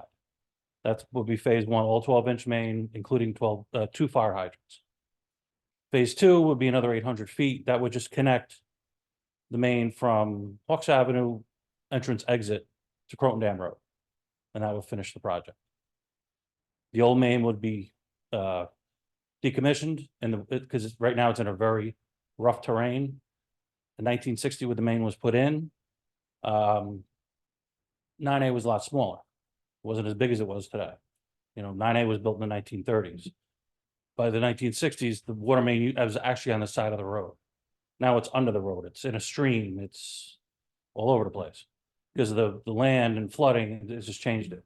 There was a spot of the main that was wide open that was washed out. That wasn't a leak yet, but we found that too. So, and we did have the main tested, and it had a lab, and I think down in Georgia, and they said it had a 10-year life expectancy to go, and that's right about 10 years ago. So that's why we were moving on with this. We're just gonna, like I said, decommission it. We're gonna bring it to the other side, and that gives us redundancy in water getting to our Bracken Road water tower. And what's the time frame on this? So, Yeah, tower. what we're looking to do is, we're gonna be getting an easement through Deerfield. And, Stuart is working on that right now, which is pretty important. We expect to send the design has been modified. So this contract here is mostly for construction administration, office services, and some field services. Either the water foreman or the assistant water foreman are out there 95% of the time when these mains are going in the ground. We keep our own notes along with what the engineers put in for their notes. We'd like to get this main bid and started by fall, work through the fall, and to get temporary payment down in that driveway so it has all winter to settle, and then the final pavement would be done in the springtime. And then phase two is next year continuing. So I don't have the formal proposal for phase two, but it's almost identical to this for phase two. So we'd like to do phase one this year, phase two next year, and we're going to talk about this in the capital plan, right, when the budget comes. And and finally, third year, we would like to do about the same amount of work on Nelson Avenue. Now, Nelson Avenue, we've had quite a few water main breaks there. It's kind of a judgment call on this site. So we know in the distribution system, certain streets water mains need to be replaced. We've pretty much relined everything in our distribution system in the village and the town where it can be relined. If there's thick pipe, even if it's 100 years old, we'll do the analysis and say, this is worth investing by cleaning the pipe, putting concrete in there and reusing the pipe. But now we're down to like certain streets where you can't put good money after bad. You just have to run a new main.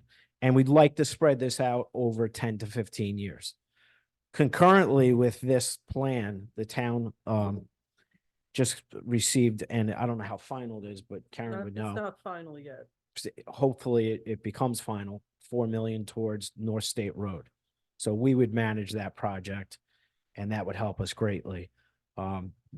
So while the plant's being built, it's still important that we put money back in the system, but we don't want to hit the water fund all in one time. It'd be easier to do a bigger chunk at a time, but it's not really financially responsible to just say, let's just do more.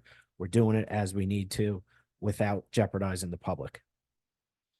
And anything to do with the work being done in 9A by the state? Does this affect anything? No, because we'll be off 9A.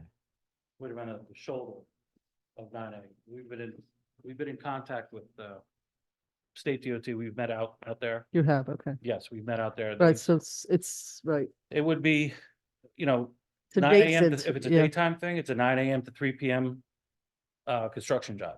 That's No, what I'm the actually state, more concerned about the construction they want to do going forward, although I think it'll take a decade, but before they oh, get well, to it. you're talking, the Yeah. overpasses. Yeah, Yeah, that would, they talked about that, but they said that was so far in the future. But this was the same break that happened a few months ago where. it actually Understood. Shut down 9A.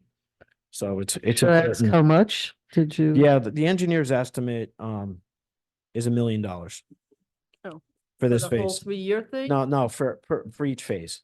So So, it's $3 million. yep, if you're talking Nelson Avenue, that's like 900,000. Phase 1 and phase 2 of this water main would be 2 million. And we'd like to do that over a 2-year period. And then the 3rd year, we'd like to hit Nelson, wait a few years, and then talk about the other 3 streets we talked about. While we're here. Yeah, there's a couple of streets, Broad Avenue, Maple Place, Hamilton Avenue. Right now, their mains are getting, go ahead, You said Broad Avenue? Broad, Oh, okay. Broad Avenue, Maple Place, and Hamilton Avenue. Right now, they're, for fire flows, it's below 500 gallons a minute. The mains are starting to close up. They're old, turn of the century, up to 1928, when the village did spend a lot of money in the 20s and replaced a lot of water mains. But those are gonna be coming up. And, the fire flows are the first thing you notice to go down, because when we flush hydrants twice a year, and we notice they go down and go down and go, and it's just the pipes are getting old. So you're putting together, what sounds like a 7-year plan. Definitely. Okay. And then, so this firm we've been using Maganaro for the last, say, close to 50 years.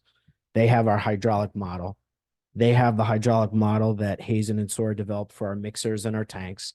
So it's not just the tribal knowledge of the people who've worked here forever to say, this is what our fire flows is, we're having issues with water quality. We want them to say, based on this and based on the analysis and based on these pressures, this is the correct size main you should put in. So we're bringing it to that level so we don't oversize it and don't undersize it. Okay. Questions? I'll start on this side. You got it? So this is all town, a lot of it's in the town, right, that you're talking about? Part of this is in the town and what it is, it's a transmission main. So that part of the system, which is the Lakeville system, about 70% of the water in the Lakeville system is used for village residents. Okay, Even though that the tanks Okay. are in the town, it's used between both. okay. Yep. That was That's a my good main point. Sir? You're good? This side? You're good, sir? Thanks, Andy. Do have a few questions. Sure. So you talked about 3 different phases, but the proposal that I see is only broken down into 2. So you're talking about circle, the Y codes, and then pretty much that. Nelson is not part of this. So No, is it's that not. going to be an additional cost to this proposal itself? Yes. How So much are this- we this talking is about just- for that? So basically, phase 2 would be roughly the same price, about 118,000. Is that the Finish same, this water the main. same length? Yeah, it's very close to the same. Like, do you have? Okay. And then Nelson, it would be a percentage and hold on.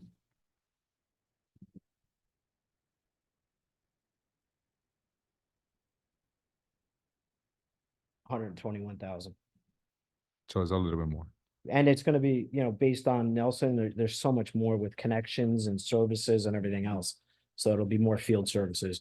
Pretty much this is a transmission main. There's hardly any services hooked up to it. So how come that is not part of The- this presentation? I just kind of wanted to just give you guys a couple of years out what we plan on doing Okay. before we go into the budget. But tonight, it's phase 1 that we're really concerned about. Gotcha. So it's Yeah, the $118,000 plus the possible $2 million capital project. 118,000 plus $1 million for this phase. I thought phase 1 and phase 2 we were doing it now. Phase 2 Okay. would be next year. Next That year. would be Got another it. Okay. 118. And then Nelson would be 120 something. Okay. So thanks for the clarification. The other question that I have is obviously, as you guys move along in the future with capital projects like this, and how do you take a look at the mains that need to be replaced? Because you and I talked about briefly early today in regards to how much in the next 15 years should be placed. My concern is, it was brought up that Broad Avenue is one of this. We just literally repaved that. Yep, I get it. Literally, we just repaved that road. Yep. So now you're talking about the next 2 years, you're gonna tear the whole thing out and put a new line back in. So that's my concern. My concern will be the coordination and how you guys move forward with this, because I will hate to see, and I hopefully, in the next year or so, we're gonna be paving Spring Street.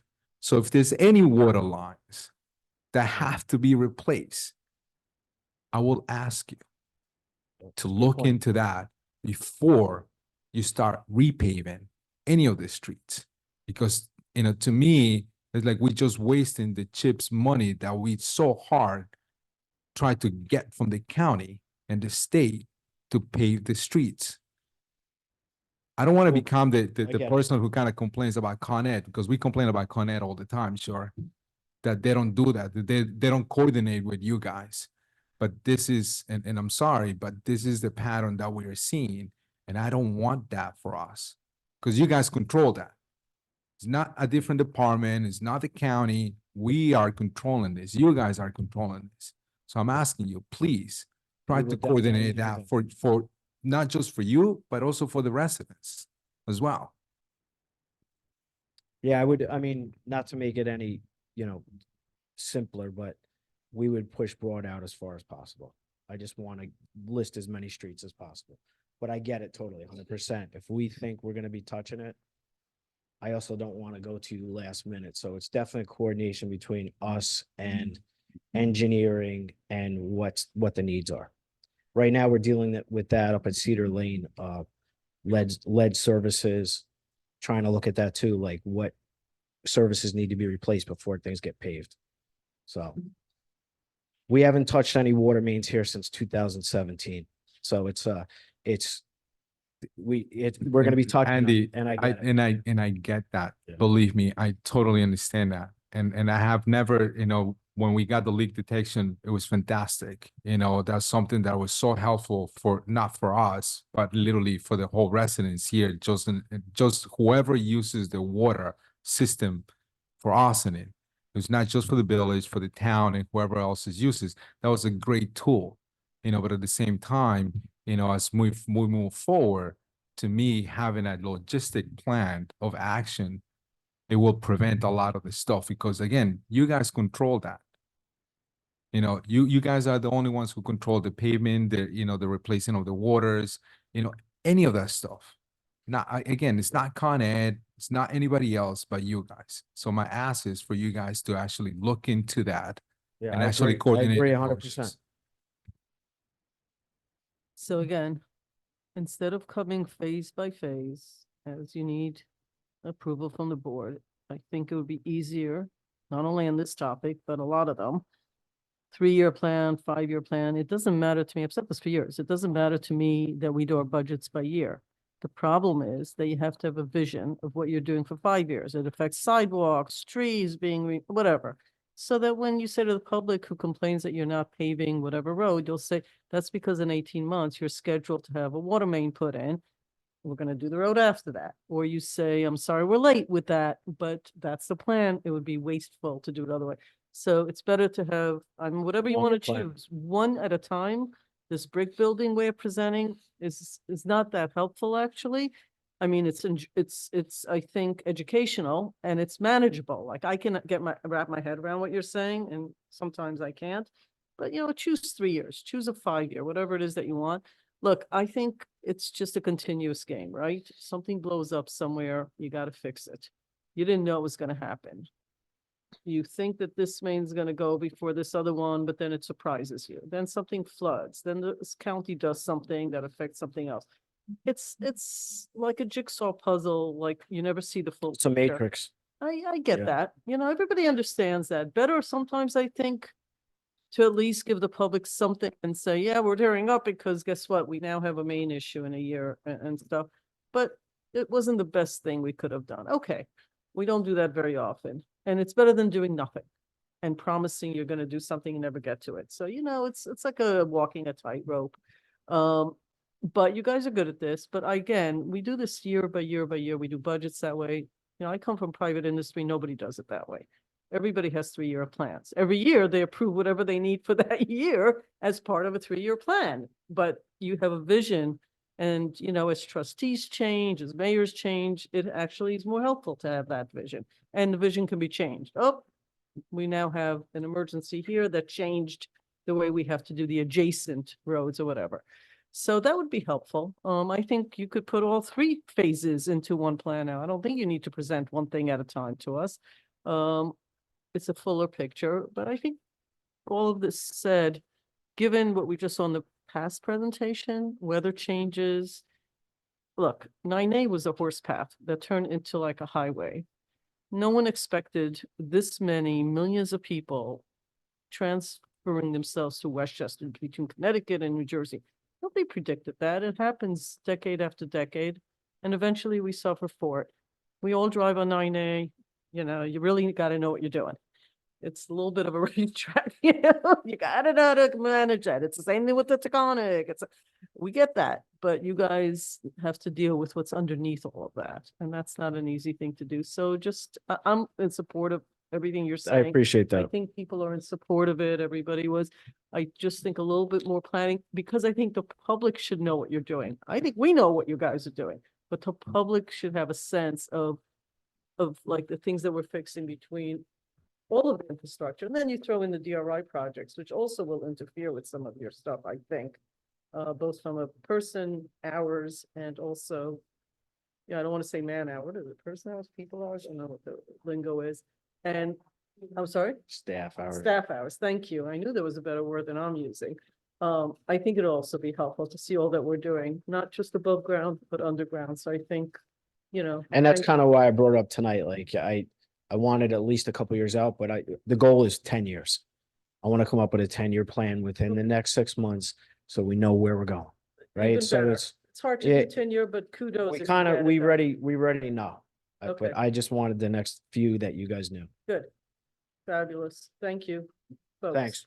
Everything good? At next week's meeting, there will be 2 resolutions. Okay, One will be to authorize Karen to sign the proposal from Manganaro, okay. which was the one. The second will be to authorize either Karen or you to sign the easement agreement with Deerfield, Oh, which is something I'm dealing with Eric Blaha and on now. So that's close to being done.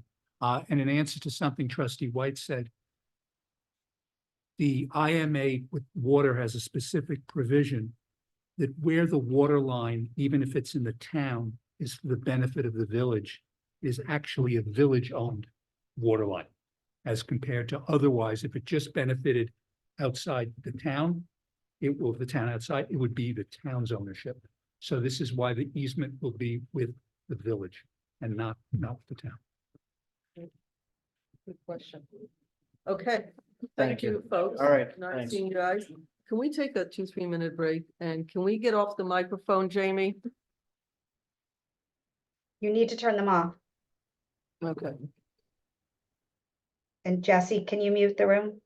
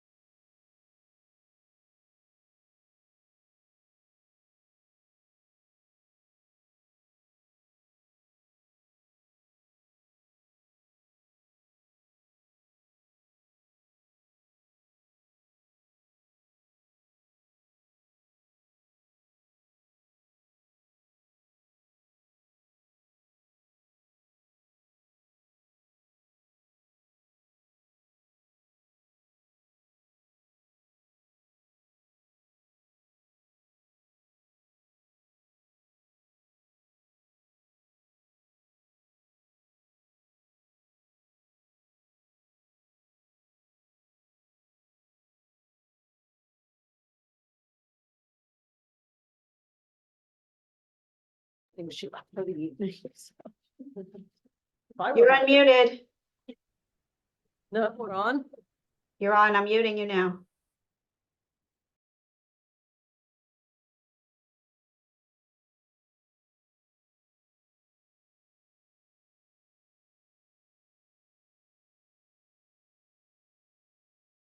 Next, we have a discussion about fees for several different code changes and policy changes that we've proposed and are making over the course of this past year. So we're going to start with ones that are specific to the building department, and that would be our recommended fees for driveway paving, a driveway paving permit, the rental registry, and vacant storefront registry. So. Thank you, folks. Let me apologize. It's not driveway paving, it's driveway permit. So there is no fee for paving the driveway. But this is one of the local laws that in fact is now in effect. And so Joe, who is here, and Joe Knapp in his office, and I had a conversation as to the fee to be charged, and this is something we wanted to discuss with you. The thought was to charge a fee, and this would just be for someone doing work to expand their driveway, not part of a building permit. So it's a separate permit that they have. The fee would be $75, which would include the cost for the certificate of occupancy. So there'd be no separate CO fee.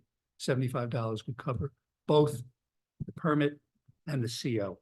One of the things that we also discussed internally was that we would be giving basically a grace period till July 1st. So that if anyone was doing work prior to that time, we would say to them essentially, you know, you need a permit, but we're not going to charge you. We're not going to write you up or anything like that. But we're really before the board because there is no fee currently for a quote unquote driveway permit. So we wanted to come before the board and as I said, what we put sort of as a placeholder, $75. And again, that would cover both permit and certificate of occupancy. But we're, you know, happy to take the direction from the board so that we can then next week have a resolution and put it into the fee schedule going forward. So that's why, you know, that's why we're coming before you with this plus two others as we'll get to next. Okay. Anybody have any comments? Yep. So this is only if you're expanding your driveway. Oh, that's just what he just said. Well, If I'm replacing my driveway, you want me to fee? I replace my roof, I don't do a permit. the way the code was written is if you are replacing your driveway, you would have to get a permit. That's the language in the code.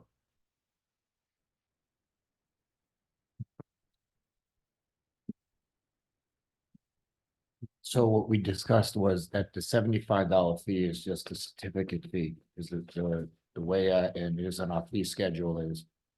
There's a permit fee, which is based on the estimated cost of the work you're doing, and then there's a CO fee.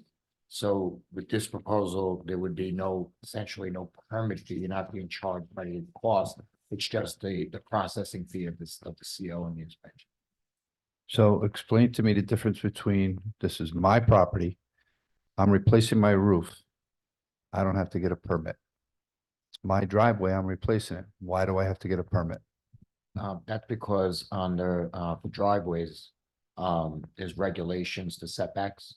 There's regulations on it for total impervious surface coverage on a property.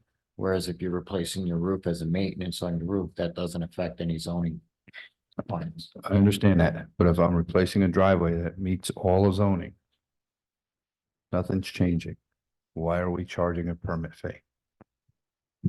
So I think we discussed earlier when this was first proposed, that being able to, when a homeowner applies for this permit, we can discuss with them about what the regulations are, that there's setback, you have to leave a certain setback, that you can't put the parking spaces within the front yard of a property, there's a maximum impervious surface coverage. Without having a permit in place, it could be innocently that a homeowner just says, I need more parking space and tells their contractor to put a parking space in the front yard, and then we would, after the fact, tell them, well, you couldn't have done that. We don't want to run them a violation, it would be a violation, but they've already spent the cost of doing that, as opposed to allowing them to understand ahead of time what the regulations are about impervious surface coverage, setbacks, and locations of where you're parking.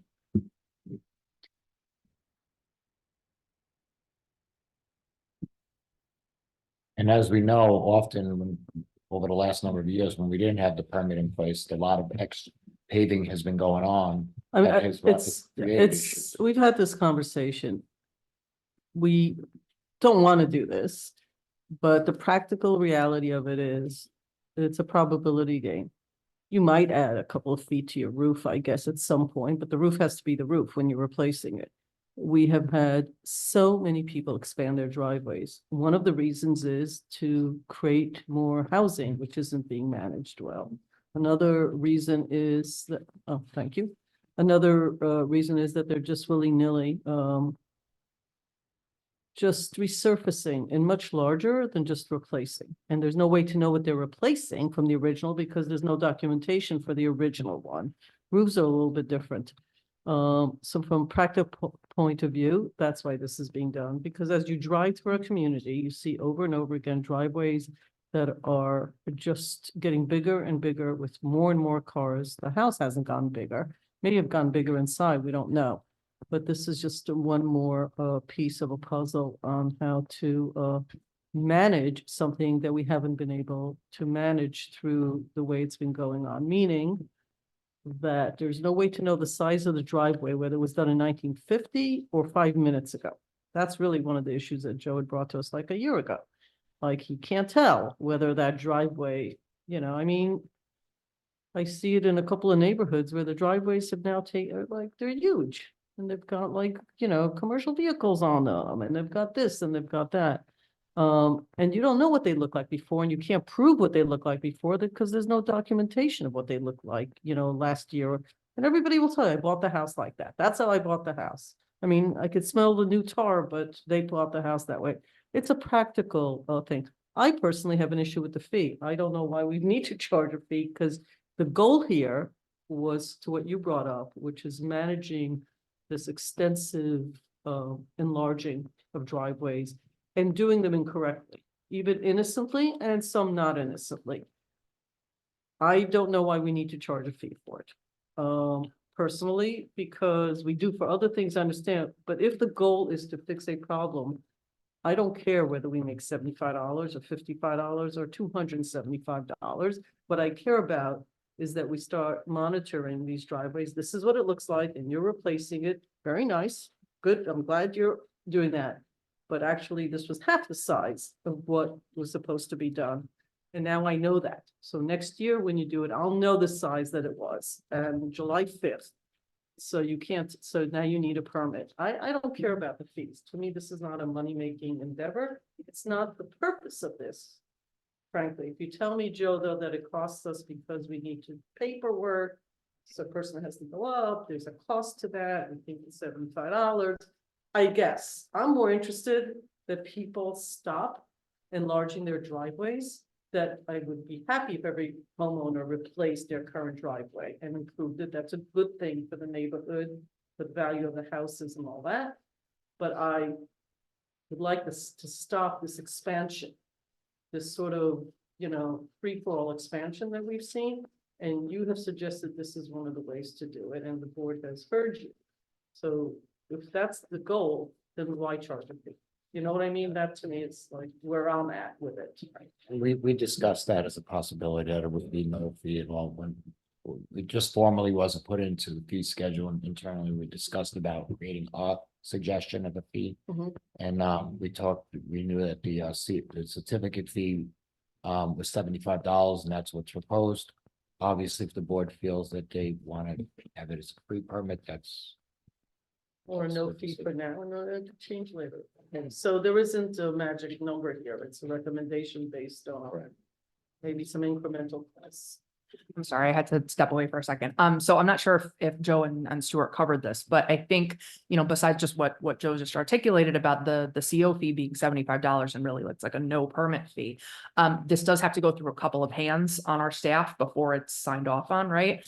So $75, we're still probably not capturing all of the staff time with 75, but we thought that was, probably an appropriate place to sort of target. But again, to Joe's point, if the board feels better at 50 or at 90, I think we're just sort of in that neighborhood. Again, being cognizant of the fact that it's going to take at least one clerical staff and at least one building inspector to touch this before it can be approved. So when somebody wants to do their driveway and they do X number of square feet, and that's what it was before, you're going to go there and say, well, that's 10 square feet above what you're allowed to, or it's too far in the front or whatever. And you're not going to allow them, or you're going to allow them to do, because that's the way it was before. Well, they have an option of if they increase it and it goes over the impervious surface coverage, or if they're proposing parking in the front yard, they can apply for a variance from the zoning board of appeals. But they would be made aware of that before they actually do the installation, that you can go to the zoning board, and if they grant the variance, then we'll just make sure that what you're proposing is what you install. But we do have to, give them that option that a zoning variance is a possibility.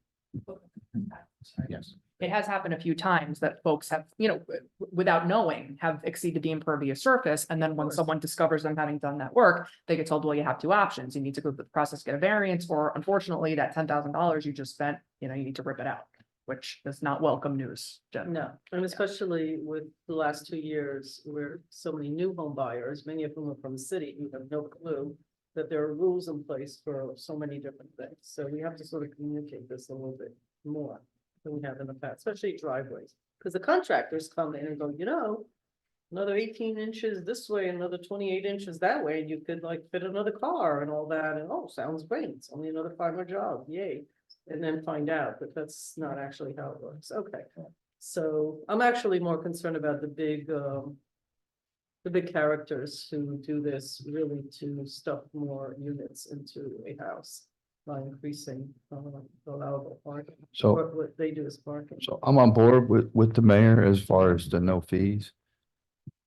Again, she made a real good point of beautifying your property and the neighborhood. So if I have a driveway I want to do, I'm okay with applying for a permit and saying, this is what I have.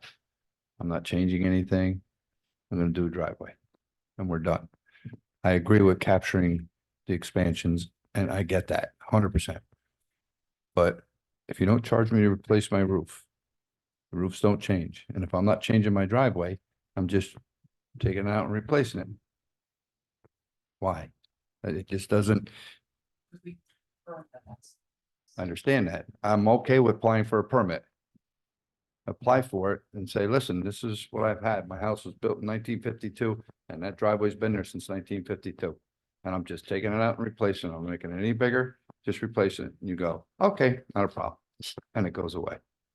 I completely understand. It's a sound argument, but again, this comes from a perspective of, okay, on behalf of all of the other taxpayers who at this moment are not repaving their driveway, staff time is being diverted to your driveway, and so $75 should account for at least a portion of that. That's the argument. Again, $75, either way, it's not. I just wanted to hear with the suggestion. Comments, please. I mean, this is something we asked for. This is an issue in this village, all over the village. Yep. I mean, if you don't want to charge for it, that's fine with me. I'm gonna have to be doing my driveway, so. But, it's gonna be fun. But, I mean, I agree, I think with the permit but if you don't want to charge for it, I'm okay with that as long as it's not, if we're not running this, then at a deficit, that the village isn't then losing money on these permits. Well, it sounds like there is a cost, so definitely if you don't charge when there is an incremental cost, then the village does lose some money.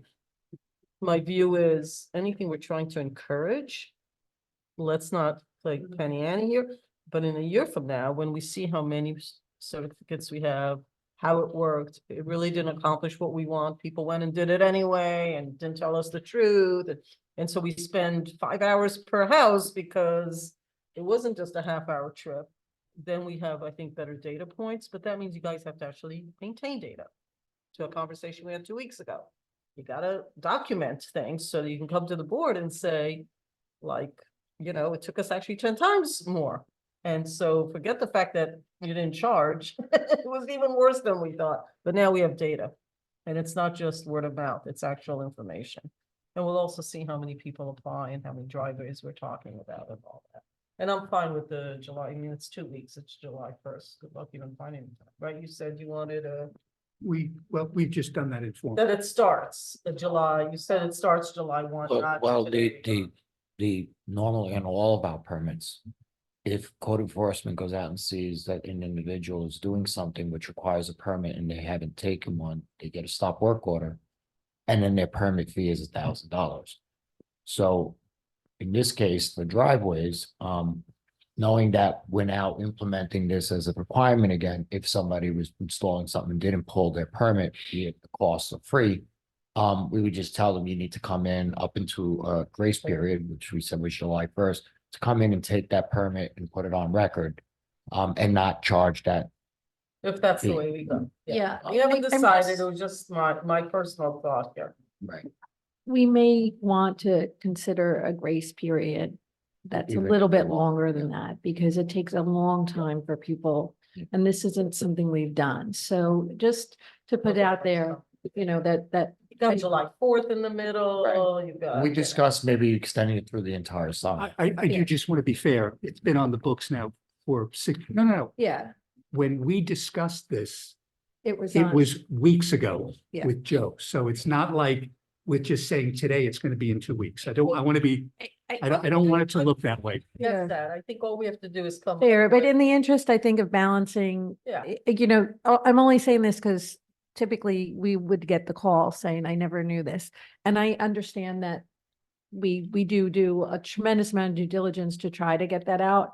I'm just saying, like, we want to encourage people. This is really about a classic case of encouraging people to understand what happens when you exceed in your impervious surface and the problems that causes, but encouraging people to do the right thing as opposed to an overly punitive So measure. let's That's- not spin around this drain, let's just say if instead of July, like end of July, Yeah. I mean. We can. Like, there's no right date, no matter, we can make this 3 years from now and people will say they didn't know about it, so. What's a fair, end of July, we're in the middle of June now, so you got a July 4th holiday in there, Whether it's on the books or not, how are we getting the message out? You got a lot of contractors out, right, but you're talking end of July. You're telling me 4 weeks, you're gonna get the message out to everybody? We're I'd gonna rather get see, it I'd till rather then. see extended through the summer. I'm really concerned about that. I think the bad characters will call every contractor around and do exactly what I'm seeing being done. And there are 2 neighborhoods where this has become like really rampant. Because you have a person coming in with the tar who then does all the neighbors and one after the other. And so, I don't want to give too much time because people aren't supposed to be doing this in the first place. They're not supposed to be enlarging. It's just that we haven't been able to catch them because we can't document what they had before. So they should have been doing it anyway. And the contractors, by the way, know that too, and they all act like they do, but they didn't, but they know it also. So, okay, so that, So I'm a gonna, month of notification should be enough. to it's get not enough. Those people. I can tell you that is not enough. So this is my 2 cents, and I have questions for you, Joe. Definitely, because we did talk about doing this for no cost. So I'm 100% on that. My suggestion is actually just extend it until September, because a lot of people do driveways until September itself. Depending on the plants and how they close the plants.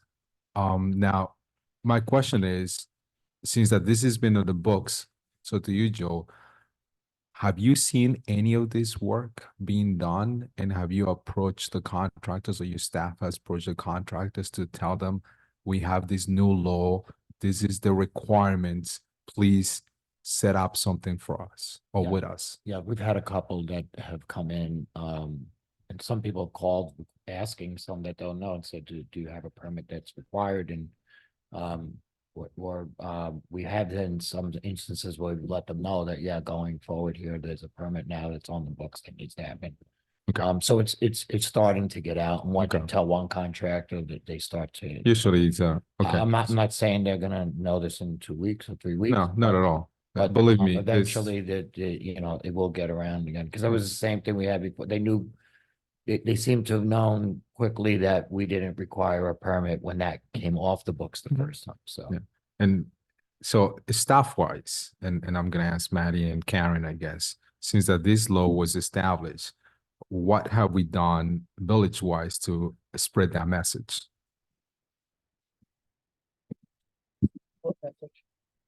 Pat, I'm sorry. We have this new law. You know, I think that this is this is something that perhaps we haven't publicized as widely as we could have. So I want to acknowledge that. I think sometimes we're playing we're thinking we're going to get the fee sooner than later. So that's part of the reason I want to make sure that we give people a grace period, because I don't know that we've done an aggressive job at getting that word out.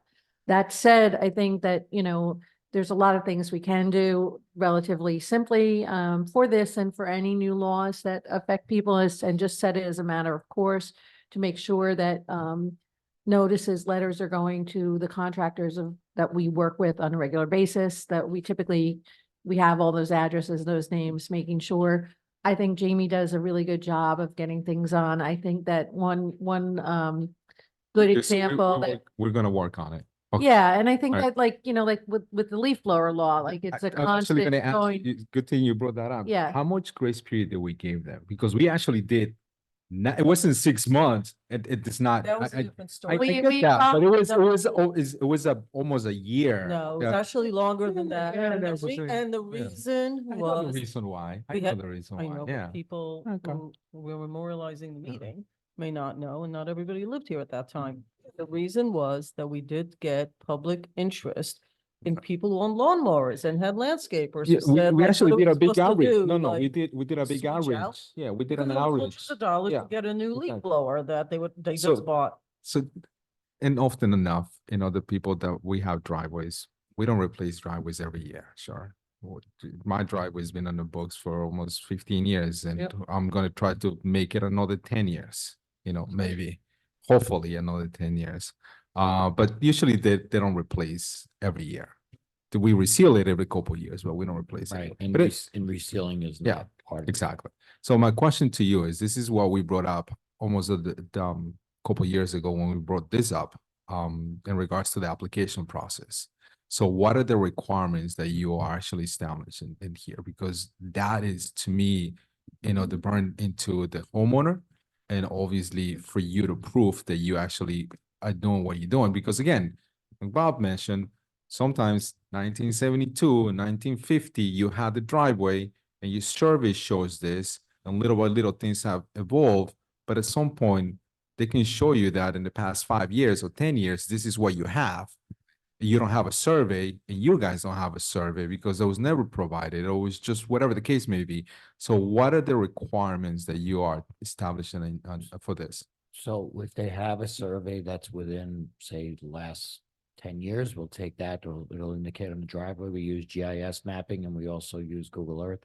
So we'll take images of actually what your driveway is, so we know when you're proposing, we put it on paper and say to be replaced in the same location. They'll apply for the permit. Contractor provides all his insurance documents, and then once it's installed. So what do I need to do a replacement of my driveway as a homeowner? What do I need to bring to The the only building thing we department? need is some sort of documentation, be it a survey, GIS map, or we'll go on Okay. Google Earth and we'll do an image and show this is the driveway and mark that it's being replaced. We'll put it on there. We'll go on records and put a notation on it to be replaced in kind. And then we'll go out and do the inspection once installed and reference that what's installed matches what was there Okay. before. What a CO? Why not a CC? It is a 60. Okay. Yeah, Because it your is a CO is a certificate of different. compliance, Yeah. correct. Okay. All right. Just wanted to make sure. Okay. Okay, so let's make some decisions, or at least attempt. Possibly, for me, maybe cut it down the middle instead of, I suggest in July, others end of summer, which is before Labor Day. Let's just tackle this to the ground here, get a time grace period is what we're talking about. Can I just make sure I understand? If there's no fee, then why have a grace period?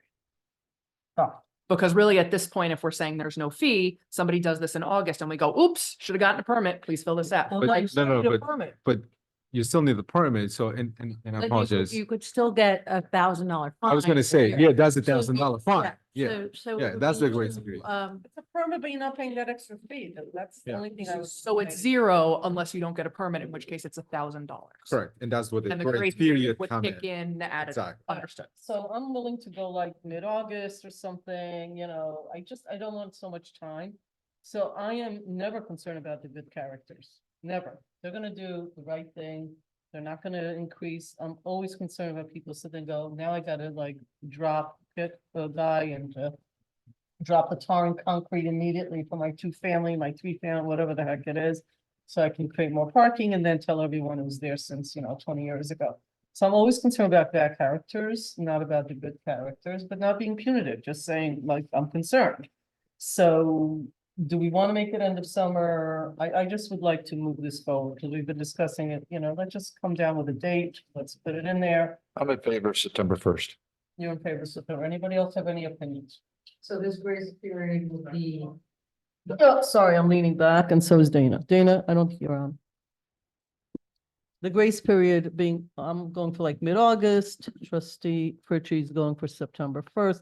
Grace period meaning that you have time to do whatever, ask questions, even do actual work. It would be a grace period that if somebody started doing the work and didn't apply for the permit and You would building officials fine sees them. them, they'll tell them to come in and take the permit, but they won't be So, charged $1,000. yeah, won't be let's be charged real clear. $1,000. We're They still going to can't tell do it. them to take, like, if we see somebody doing work, they're going to be told, they're going to get a stop work order and be told to get a permit. The only thing we're not doing is finding them $1,000 for the. Correct. In the interim, but to be clear. Karen, is your microphone on? I'm sorry. Yeah, Jamie, I'm just gonna shout because I think the battery's dead. Oh, So, okay. Jesse, can you switch it out, please?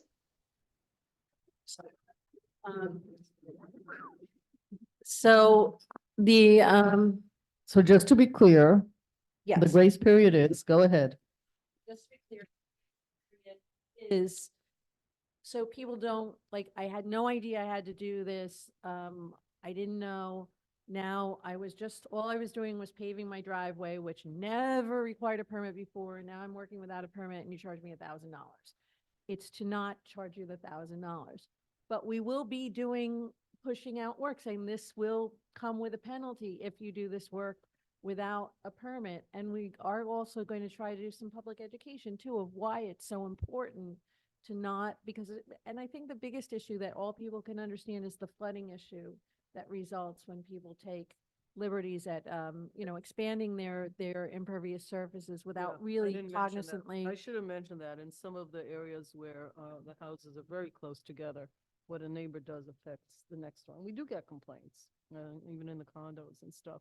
So, when we've discussed this before, so what are we going with? We just need a stake in the ground date. Let's not spend too much time. Dana, you're good with September 1st. You're good with September 1st. September 1st. Okay, To make sure that communication is yeah. done. Yeah. No, we have to do that. We got So we might want to take an opportunity, let's hear the next two, because it might be more than just a drive. Go ahead. I was just gonna say quickly, so this still will need to be added to the fee schedule at $0 with the $1,000 effective September 1. Okay, just to make sure there's still gonna need to be in it. Okay, next. Yeah, if you did it without doing it correctly, yes. So if you expanded, blah, blah, blah. Right, right. I think, yeah, we're getting tired, so we're all leaning back, sorry. Okay, next, please. Okay, the next fees that we're going to discuss are for the rental registry. Thank you, folks. The public hearing on this is scheduled for Tuesday. So we wanted to come before you to have a discussion about the fees for the rental registry. Valerie was kind enough to send us a note with regard to what some of the fees are in some other jurisdictions that have rental registries. I can just go through it fairly quickly with you. In White Plains, the application is $125 for the rental registry. In Freeport on Long Island, for one rental unit, it's 100. For building with two rental units, because we have 1 and 2 family, it's $300. Portchester, it's $75. And in the city of Syracuse, it's $150. So there's a sort of a range there. So it's really a question of deciding, what you folks would like that fee to be. I should point out that in our own code, we have a vacant building fee, which is either a flat fee or a per square foot fee. This is for commercial. And that's based upon, and that's whichever is greater. The residential vacant fee is also is just a flat fee. So here we'd be talking about vacants, and, oh, my apologies, I'm confusing two Yeah, things. you're I'm already on the confusing. next No, no, one. no. It's been a very, very long day. So let me go back. Okay. On the issue of the rental registry, as I said, you've got White Plains, it's 125, Freeport, that's 100 for 1 unit, 300 for 2 units, Portchester is 75, and Syracuse is 150. That's really the only ones that found. Hempstead has a sort of a floating fee, so it's a little different. So really, it's to ask the board, what fee would they like to charge for the rental registry? That, as I said, there'll be a public hearing on the 18th. There'll be a resolution to adopt sometime in July, so the law will probably go into effect towards the end of July. So in order for that to go, actually, though, that one, if I can just say, I believe that's going to be in effect 90 days after filing. So if it gets filed with the Secretary of State by the middle of July, you're not looking till an October effective date. So the question is, what fee would you folks like to charge that we can then put onto the fee schedule? Okay. Does anybody have? I'm in favor of the 100, 300. I'm gonna tell you what I'm in favor of, and then we should have a good conversation. I'm interested in why we're choosing that number. I'm choosing 0 for the fee for year 1, and I'll tell you why. When something is new, for me, when it's new, not done before, I don't want any barriers, and I don't want the commentary of where nickel and diamond fall. And then in year 2, when we have some data points, I'm very interested in the fees. I understand that it costs us money. Mayor, I'm sorry, can you speak into the microphone? My philosophical approach, when something is new like this, what I want is what we want done with these rental registries. I want the big picture. The little picture is the fees for me. And I understand that this is a municipality and it's government, and the fees is what the board actually has an arm in. So for me, anything new that we need to communicate, year 1 should be an encouragement almost to just do it, and don't tell us it's because you can't do the 100 or the 200, whatever. And I understand that they can afford it because they're renting out units. Believe me, I get all that. But I want to take that away to keep the big picture. That's sort of my philosophical approach. Obviously, there are communities that do charge, and we now have the pricing. That doesn't mean we shouldn't charge a fee. For me, year 2, for everything that's new, immediately in year 2 with some data points, how many, blah, blah. What would we have charged? Like, what would it have been if it was 100? This is what the revenue would have looked like.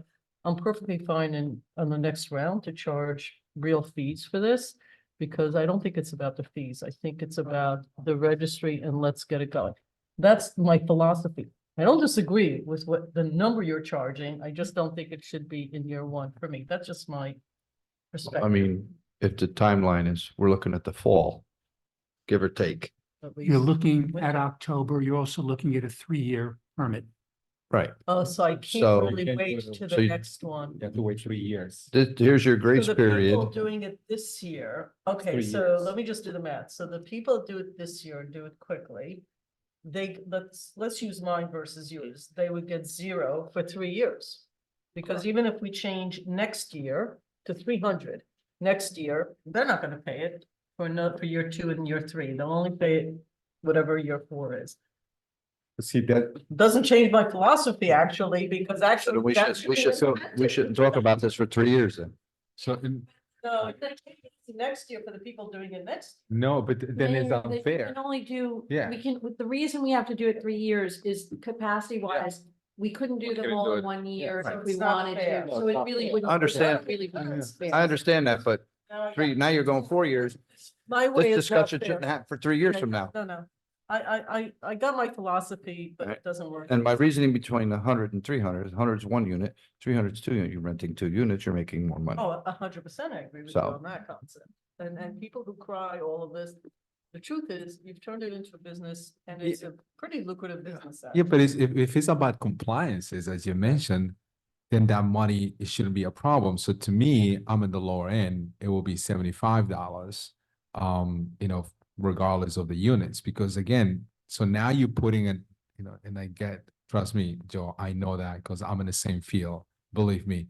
But that to me, if it's about the compliance, then it's not about the money, sure. So let's talk about that. Let's concentrate on that in the fee itself, because again, it's gonna be how much is the fire inspection fee?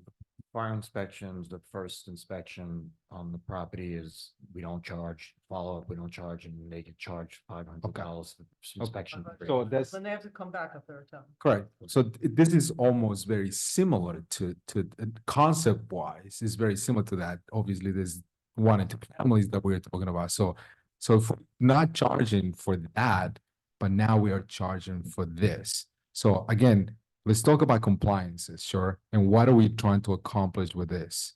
So if we do that, then I take it back. I want 0 unless you guys have to go back.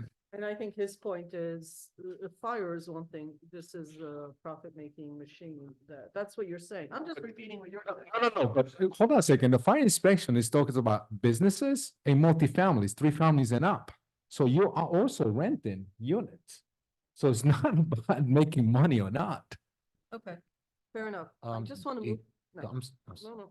No. We vote, you know what? I see where this is going. Your input is, you're not gonna be able to. No, tell us I whether it should wasn't- Be 75 or. No, I wasn't gonna say about the fee. I was gonna just say that, understanding that, the way the fee set up for the fire inspection is when we do the inspection, it's the number of times we go there, right? Right. As opposed to versus paying for a for the- registry. Right, understood.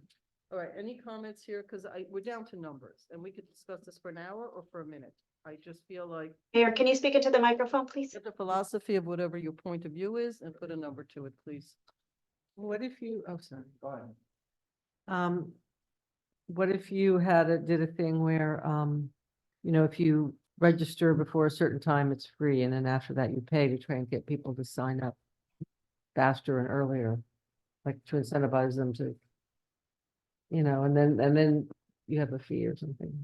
We just talked about that because it's resources for 3 years. Right. So you can't really do that. It won't work. But it's 3 years from the.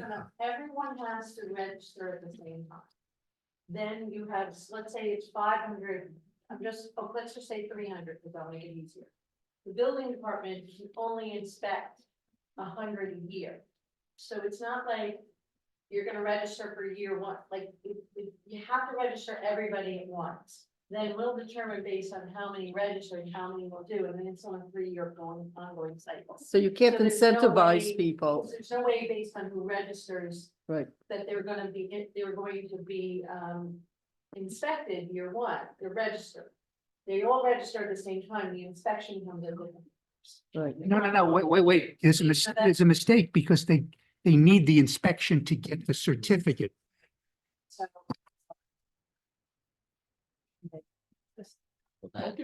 No, what I was, just a quick thing is, we ran some reports on the potential numbers. Mhm. And just doing, say, 2-family homes, which we have like over 780 of them. So, assuming those are going to be properties that are gonna get inspections, now we're talking about people registering and trying to get to 780 unit homes to do these inspections. So, this process of getting all those inspections done is going to take more than a year. or 2. Okay, we've had that conversation. And we're not, and it's, what about multifamilies, 3, 4? Well, those are under, during the fire inspections, we actually, They're already being Yeah. done. they're They being don't have to done, register. no.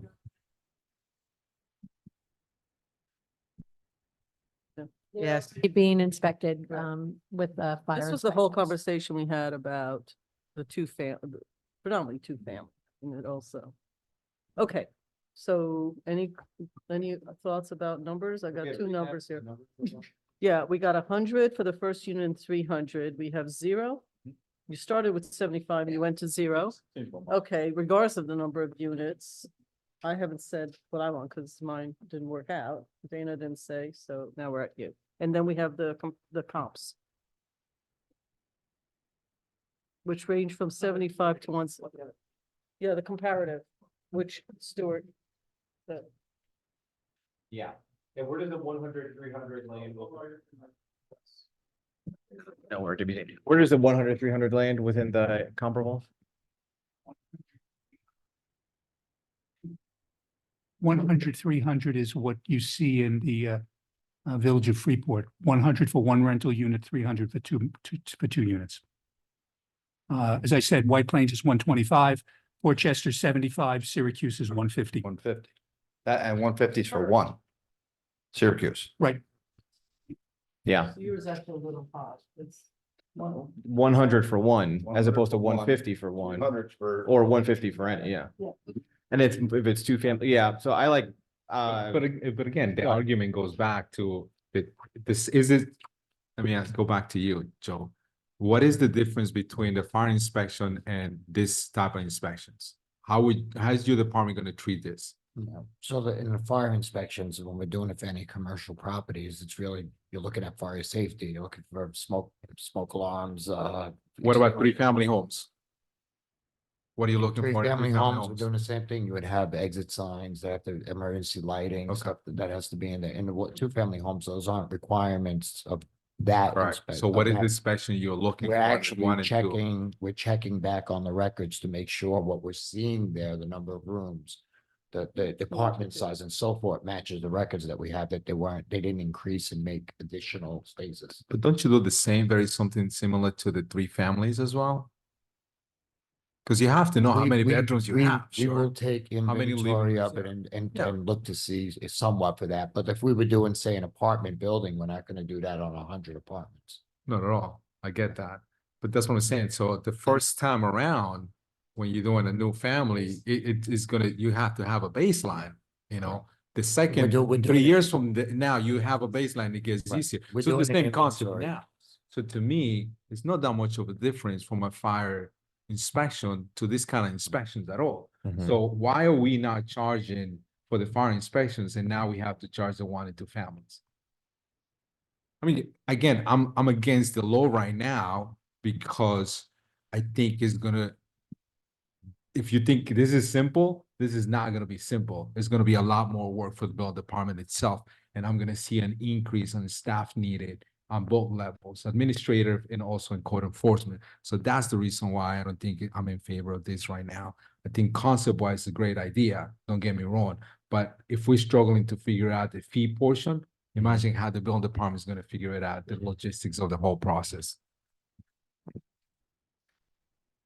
So your thought is?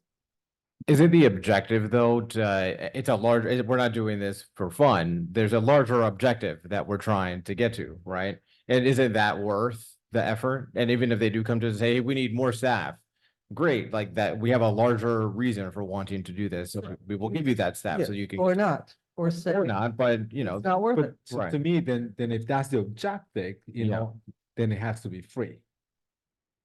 It could be free. I'm not sure it has to, but it could be, which is what I started with. Right. Wow. Yeah, So you don't have a problem with the I- objective, you have a problem with, No. you know, the fee.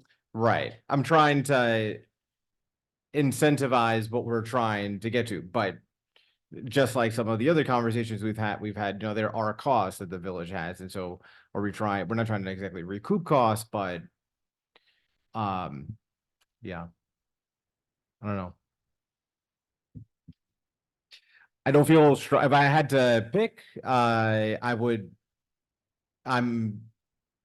don't feel like I have enough information to say if we do the 100, 300 or the 0, it will definitely result in this kind of, I feel like this is maybe an experiment we have to run see how it goes. And so if we need to do that, then we can start with a 100, 300, which is generally consistent with what other municipalities are doing. Those are not outrageous numbers.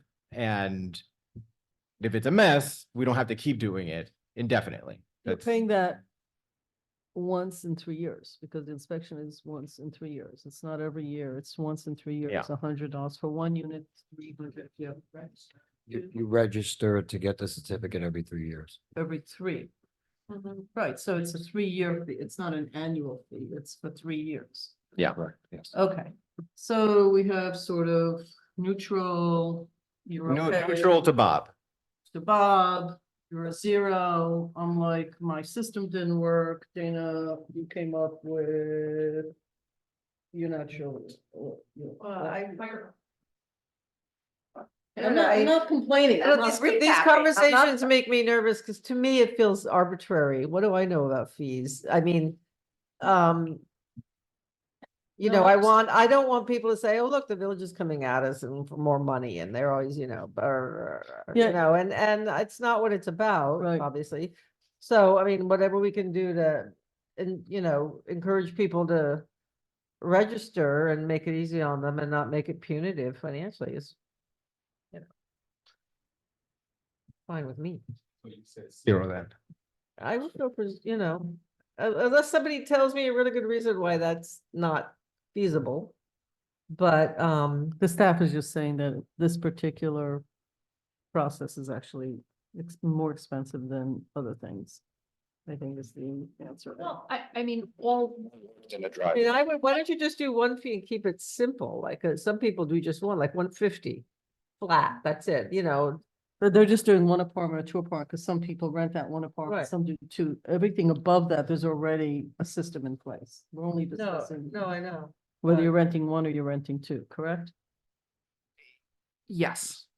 Well, we're saying Sorry. 100 for one unit. If 300 you're for renting two. one, so if you're renting one unit, you have to pay in once in 3 years, $100. If you're renting 2 units, then you have to pay $300. And that, And that once in lasts, 3 that years. lasts for 3 years.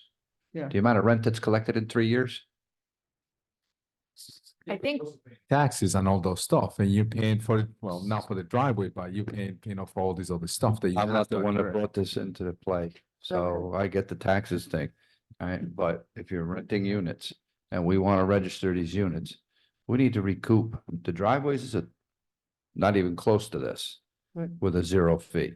could I just add an additional sort of wrinkle and that may convince you Mhm. one way or the other? So Joe and Greg did a really great job of sort of doing an analysis of all the certain building classes that would Right. fall under this. But the way that the law is structured now is that if I own a single family house, but I'm renting it out to somebody, I would also need to register in this program. So in order to, I mean, 2-family, you can kind of draw the conclusion that at least one of those units is being rented, if not both. Single family, it's going to take some shaking of the bushes Oh, yeah. to, you know, so perhaps there might be an argument to be, I'm not advocating either way because my mind has actually changed 9 times during this conversation. But I mean, that would help get more compliance on the single family homes if at least at first there was no cost. So I also want to address a couple other things. So it is somewhat of a pilot program, if you will. From my perspective, I think that it will be more time. It may or may not result, and it may result in more staff. And at that point, we can determine budgetarily whether we have enough attrition through other jobs and everything, whether that we want to put more resources because this is, you know, illegal housing, things like that, or overcrowding and unsafe conditions is becoming more and more of an issue. So we have no choice but to put more resources to it. Or we can decide, well, we're doing this and we're not really finding what we thought we'd find, so we don't really need to do it anymore. So in that regard, as a pilot program, I think that making it, you know, I'm sort of agnostic on whether we charge a fee or not, but I think that, Mayor, to your point, as we do this, we're going to put metrics around it and data points so we can determine if and when it's really, whether it's more work or not. If the work isn't getting us the results we want, then probably we won't put more staff. If it is, then maybe we look at refiguring the budget other ways. But I think maybe just getting off the ground as a pilot program is probably step one. Yeah. back to my philosophical piece. So 780 times 150. Yeah, take 100 and 300 is 117 is $117,000, which probably pays for somebody in the future. So that's an argument that I think Bob could easily make, you know, for his. I disagree with you. You know that. I'm like, I'm not disagreeing with you. I really, the goal here is something, it's not about dollars and it's not about taxation.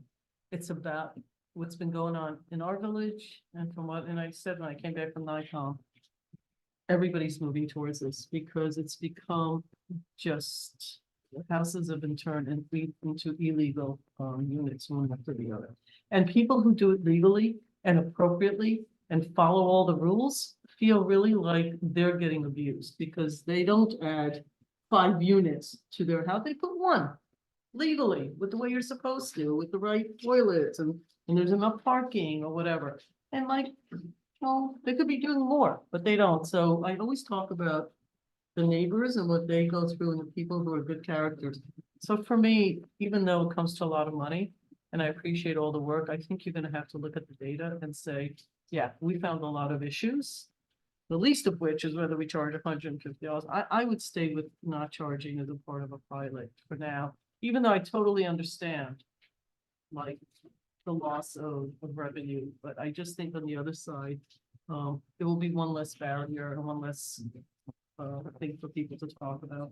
But I don't want this used for other things that we do and say, oh, I'm gonna charge you, then you should charge you. And that's the concern. that's- And that's exactly what's gonna happen. You will get people who will say, Mhm. with all due respect. Right. Oh, they don't get charged a fee for anything? Well, wait a minute, I have to build X, Y, Z. I'm being charged this fee. Right. So Yeah, but we have penalties a lot stricter than this, and this part where the violations are found, correct? what, when you say The penalties, penalties, we have violations. Sure, if I found, if one of the inspectors goes in there in my house, and then I have, my whole basement is full of rooms. Anybody can go, Joe, you're more than welcome to come. I have no rooms besides my office. But, rent it out. The same thing in the attic, people in the attic underneath the stairs, like the fire department has mentioned a couple times. So those are fines, those are penalties that you're gonna have to do and fix But that's- regardless of the free fee or not, but correct? but the fee, that may be. But effectively, what you're saying, and when we come before you with chapter 92, which has, for example, parking garages and everything like that, if the idea is to get compliance, then essentially what you're saying is on many of these things, why even have the fee?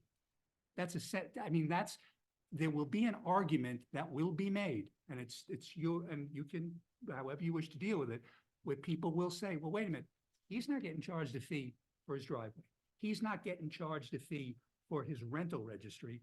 Why am I getting charged a fee for doing this? What is, if the argument is that what you want to do is to basically get compliance, then basically the fee system is is questionable. I will say this, because it's very important. The fee here is not, and if I know people will say it, it is not a money grab. It's not done that way. In fact, it's illegal for the village to do that. The fee is to essentially make up the cost of what's going to be done here. And you're going to have a lot of inspections that have to get done. Keep in mind that if the property doesn't meet what it's supposed to do, technically they can't rent that property. Then there'll be court action that will have to ultimately be brought. So a lot of this is here, but if the board wants to basically do a pilot with 0, understand, unlike the situation with the driveway, there is no $1,000 here. So either they do it or they don't do it. And if they get the permit, wonderful. If they don't get the permit, it's just a matter that, will become a court matter, because there's no other fine. There are penalties under the code, but there's no other fee that person's going to have to pay. So but however the board wants it, we can put in that basically, if you want, for the first. Now, the question is, are you talking for the first 3 years? What if a homeowner comes in next year? Is the plan that next year they're going to pay a fee? A new homeowner comes in and it's a new property. Is it? No, I'm just asking the question. I don't know. Well, that's what- When you said, I'm sorry, so when you say no homeowner, can you explain that a little If bit? someone comes in, buys a two-family house, Okay, or buys a one-family. from a person that already has No, registered no, that let's say it's property. not registered. Let's say Okay. it's a single family next year. Okay, And the person says, what I'm gonna do is I'm gonna rent the house. got it. What's next year's fee? Okay. Unless Okay. you want to deal with that next year. Which They is- can deal with that next year. So two things. Number one, the reason the board decides on fees and it's not done by some financial person is that it is supposed to be a little bit random. The truth is, we're not robots. Otherwise, nobody needs us, right? This could have been done by Dale. She could figure out what the fees are and all of that, or by lawyers. So we have goals. I look at what the goal is and I'm trying to go for that goal. And we have a lot of fees for lots and lots of stuff. I'm not going to sit here with somebody comes in, well, you charge 14 other fees. Why don't you charge this? My answer is because we don't, because this is a conversation. Go back to this date when we have this conversation, we struggle with what are the goals and what do we feel at this point in time is the right thing. That's the way it is, right? The other piece of it is that I don't know about next year, to be honest with you. That was what I sort of went back before. I don't know about next year and what the system would be. It feels like year one should be one way and then we should start charging. Fair, not fair, I don't know, but it has to be thought Yeah, through. So and- that would be a challenge to figure out. Yeah, but just keep in mind, nothing for nothing, this is almost the end of the year. Nothing's really gonna happen. Technically it is. If we look at our budget wise, budget wise, everything else, it's like, to me, it's like a lot of the stuff. By the time that this particular law goes through and we, the village, actually start informing the community what the goal is.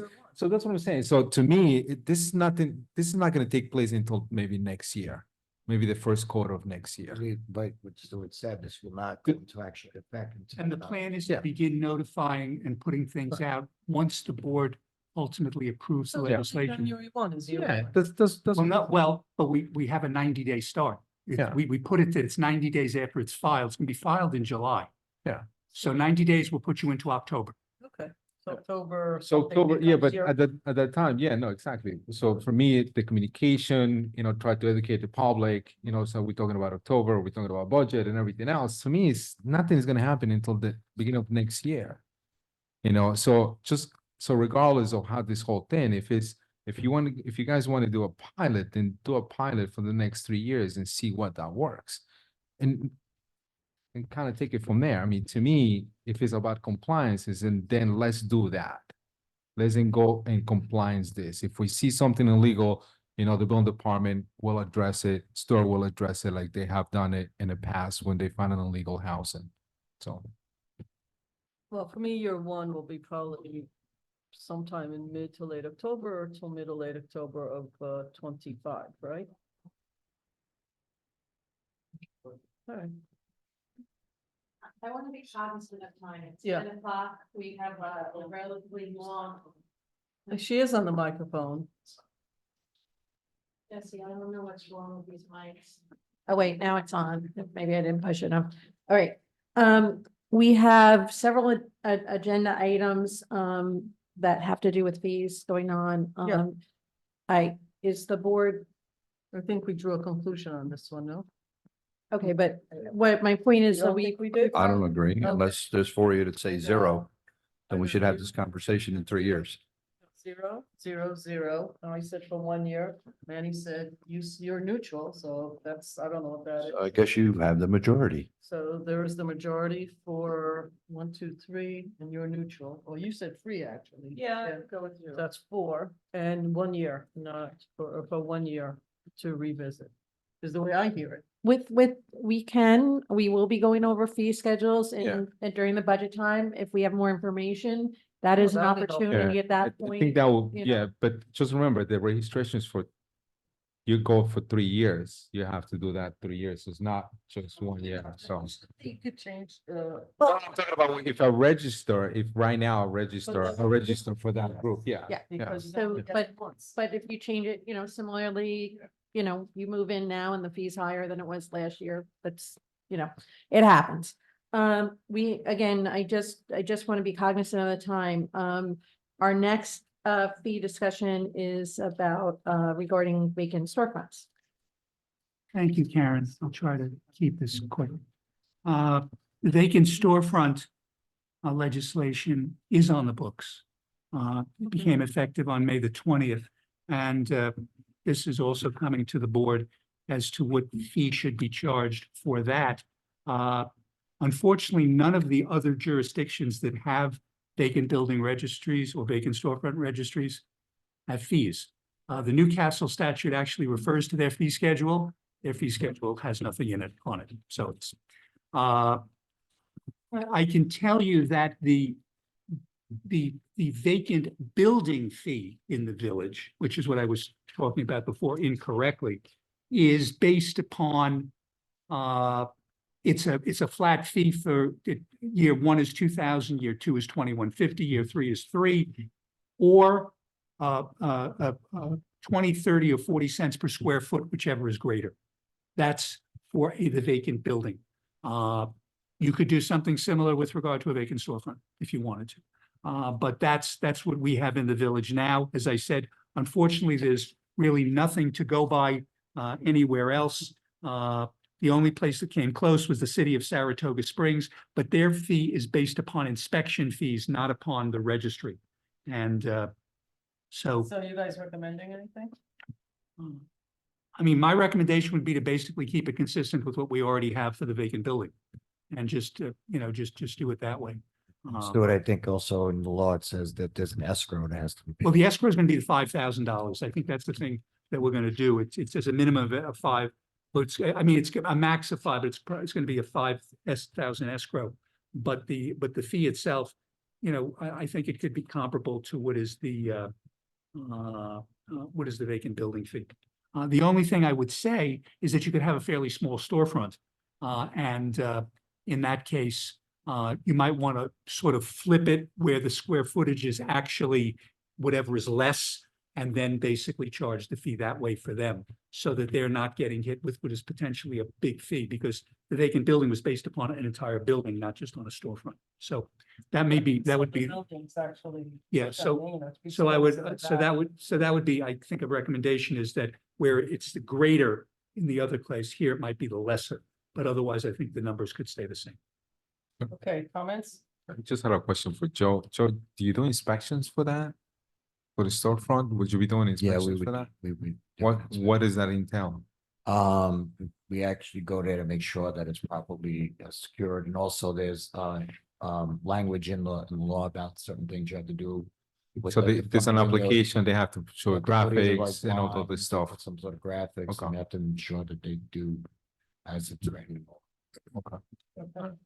Stuart, so if we do square footage, this, you got the storefront, and if they have a basement or storage, that's included in the square footage?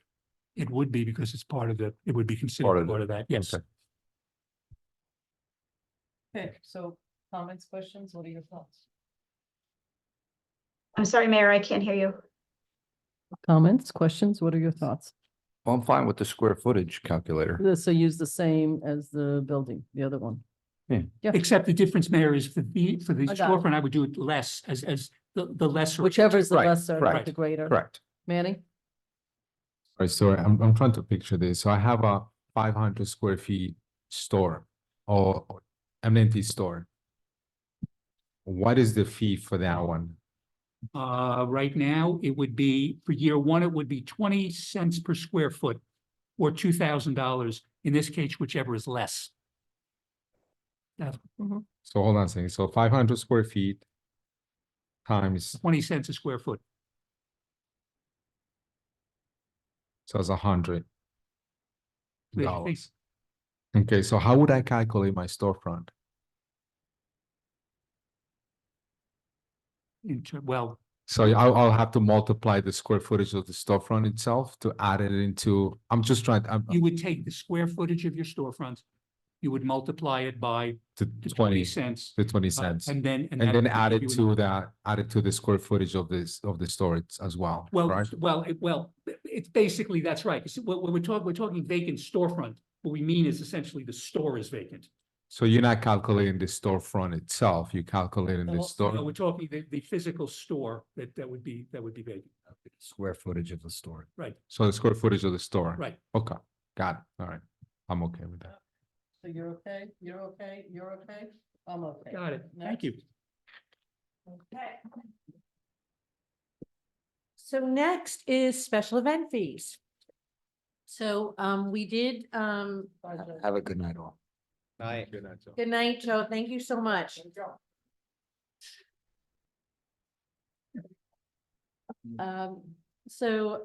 We had talked about, we had drafted our first local law of 2024, which was special events, our special event policy, and I had sent the board a memo, and this incorporated additional event level for very, very large events, event level 4.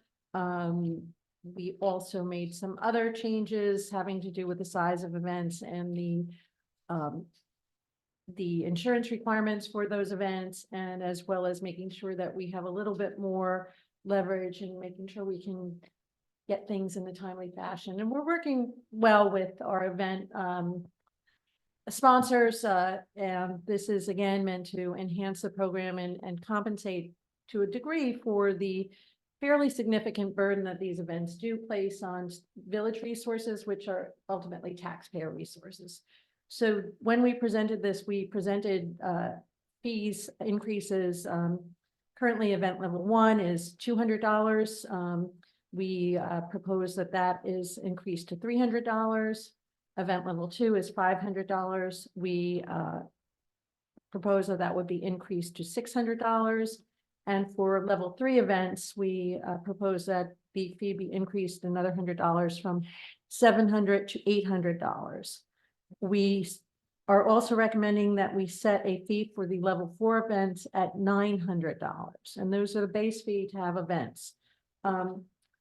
We did talk about additional staff fees when events require more staff than is typically required. So most of our events are done in a way that we have staff that's working that day that, you know, pitches in for the events. We're not necessarily paying them any overtime. That's for non-police staff.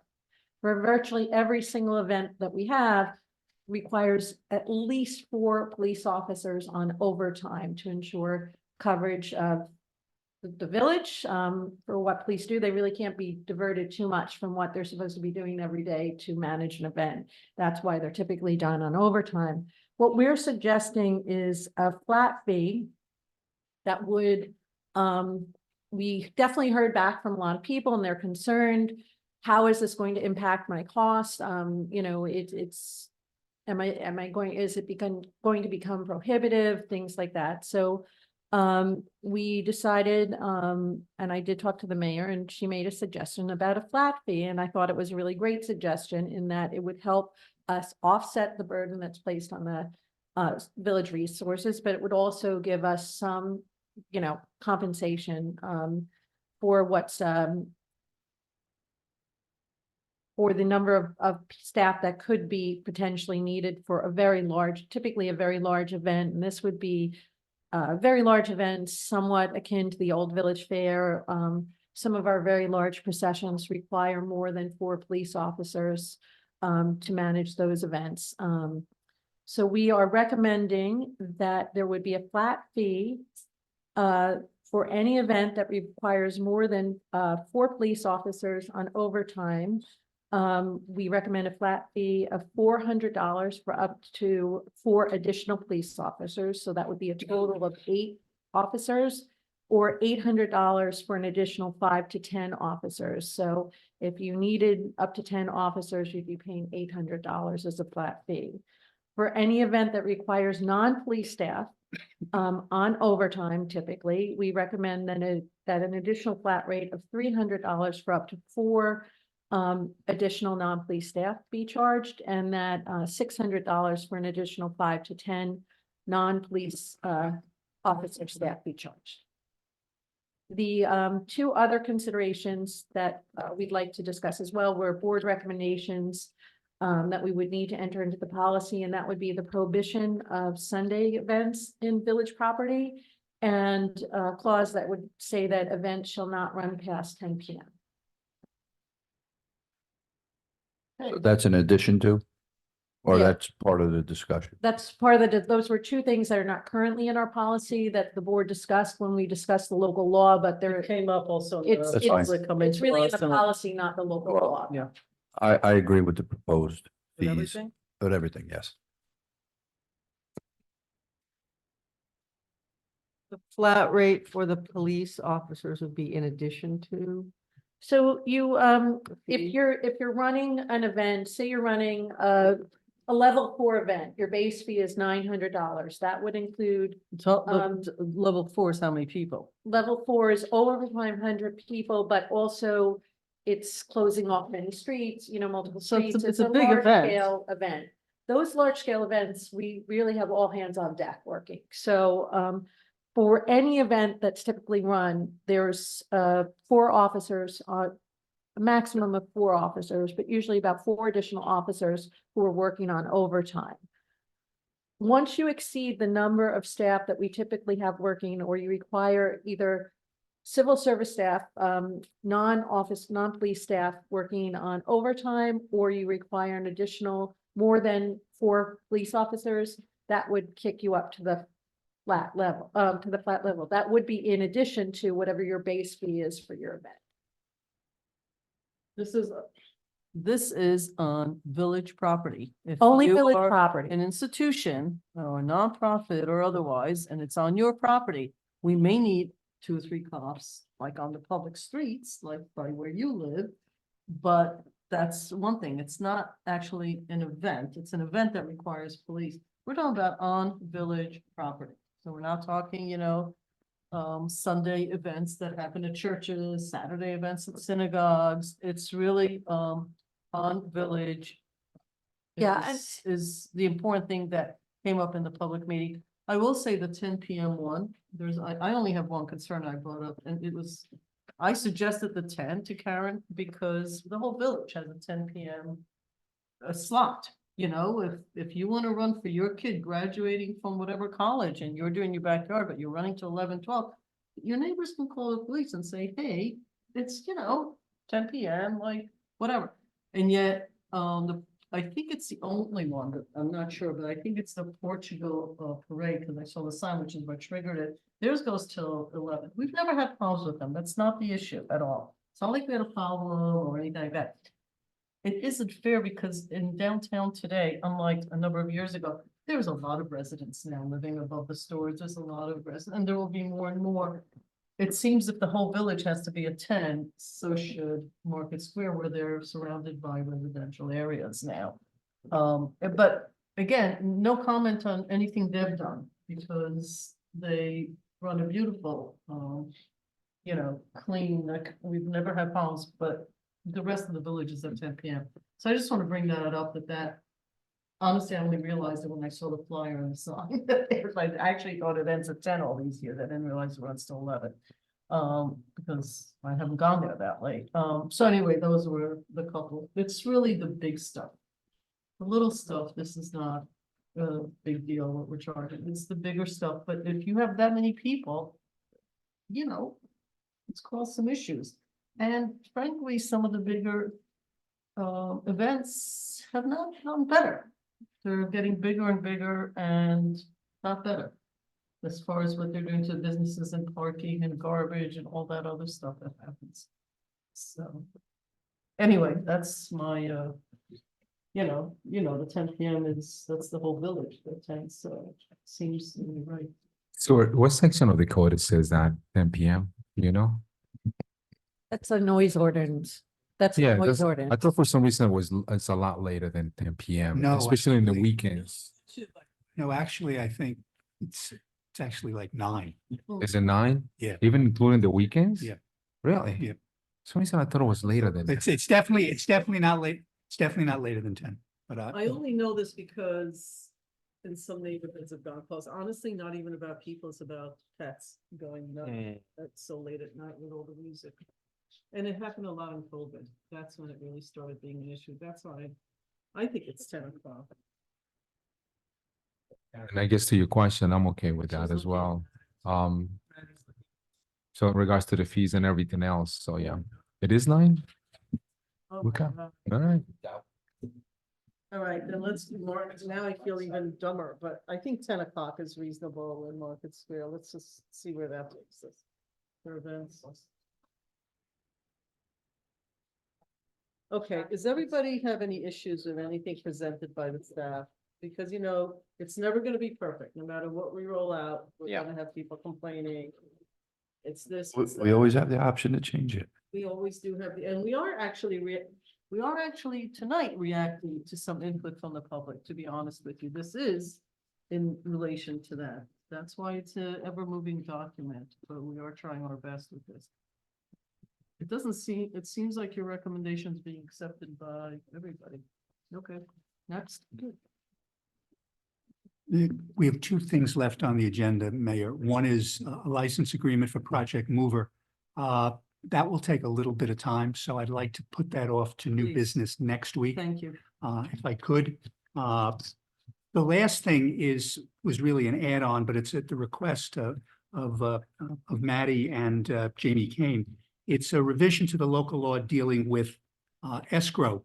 Essentially, currently, this board knows, consultant fees for escrow are put into escrow and are paid by applicants in land use cases. They are given 15 days currently to object to the bill. We're finding from an accounting perspective, it's basically giving too much time. So we'd like to cut that down from 15 to 5.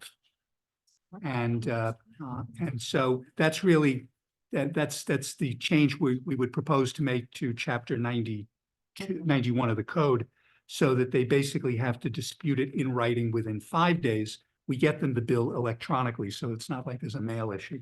And so that they can get back and particularly let Jamie Kane know, and then they can follow the procedure. The rest of it is just sort of grammatical changes. We took out Director of Planning and made it Planning Department, but that's basically the main change. Would go from 15 days to 5 days. If there are any questions, Maddie is probably in a better position to answer, since on this one I did her bidding. Okay, anybody have any problems or questions with this? Anybody on this side? No. Everybody's good? We'll call for public hearing, and that's it. The other one, as I said, will be deferred. Folks that need to be in exec, so thank you. Anything else? That's it, Anything Mayor. else? Everybody's good? Okay, with that, we need a motion to adjourn and go into exec session for, Collective bargaining and matter of personnel. yes, So move. all in favor? Aye. Ladies and gentlemen, thank you for joining us again. Happy Juneteenth for next week. Our meeting will be on Tuesday at the courthouse, as always at 7:30. It is now 10:29. Have a good evening. The mic's off. What happened? You got a jinx down there? I told Aaron to wait a few more minutes. Oh, I thought he should just go first. He's got 3 minutes. Okay. All right, all right. He's got 3 minutes. Aaron has 3 minutes. You want him to go first?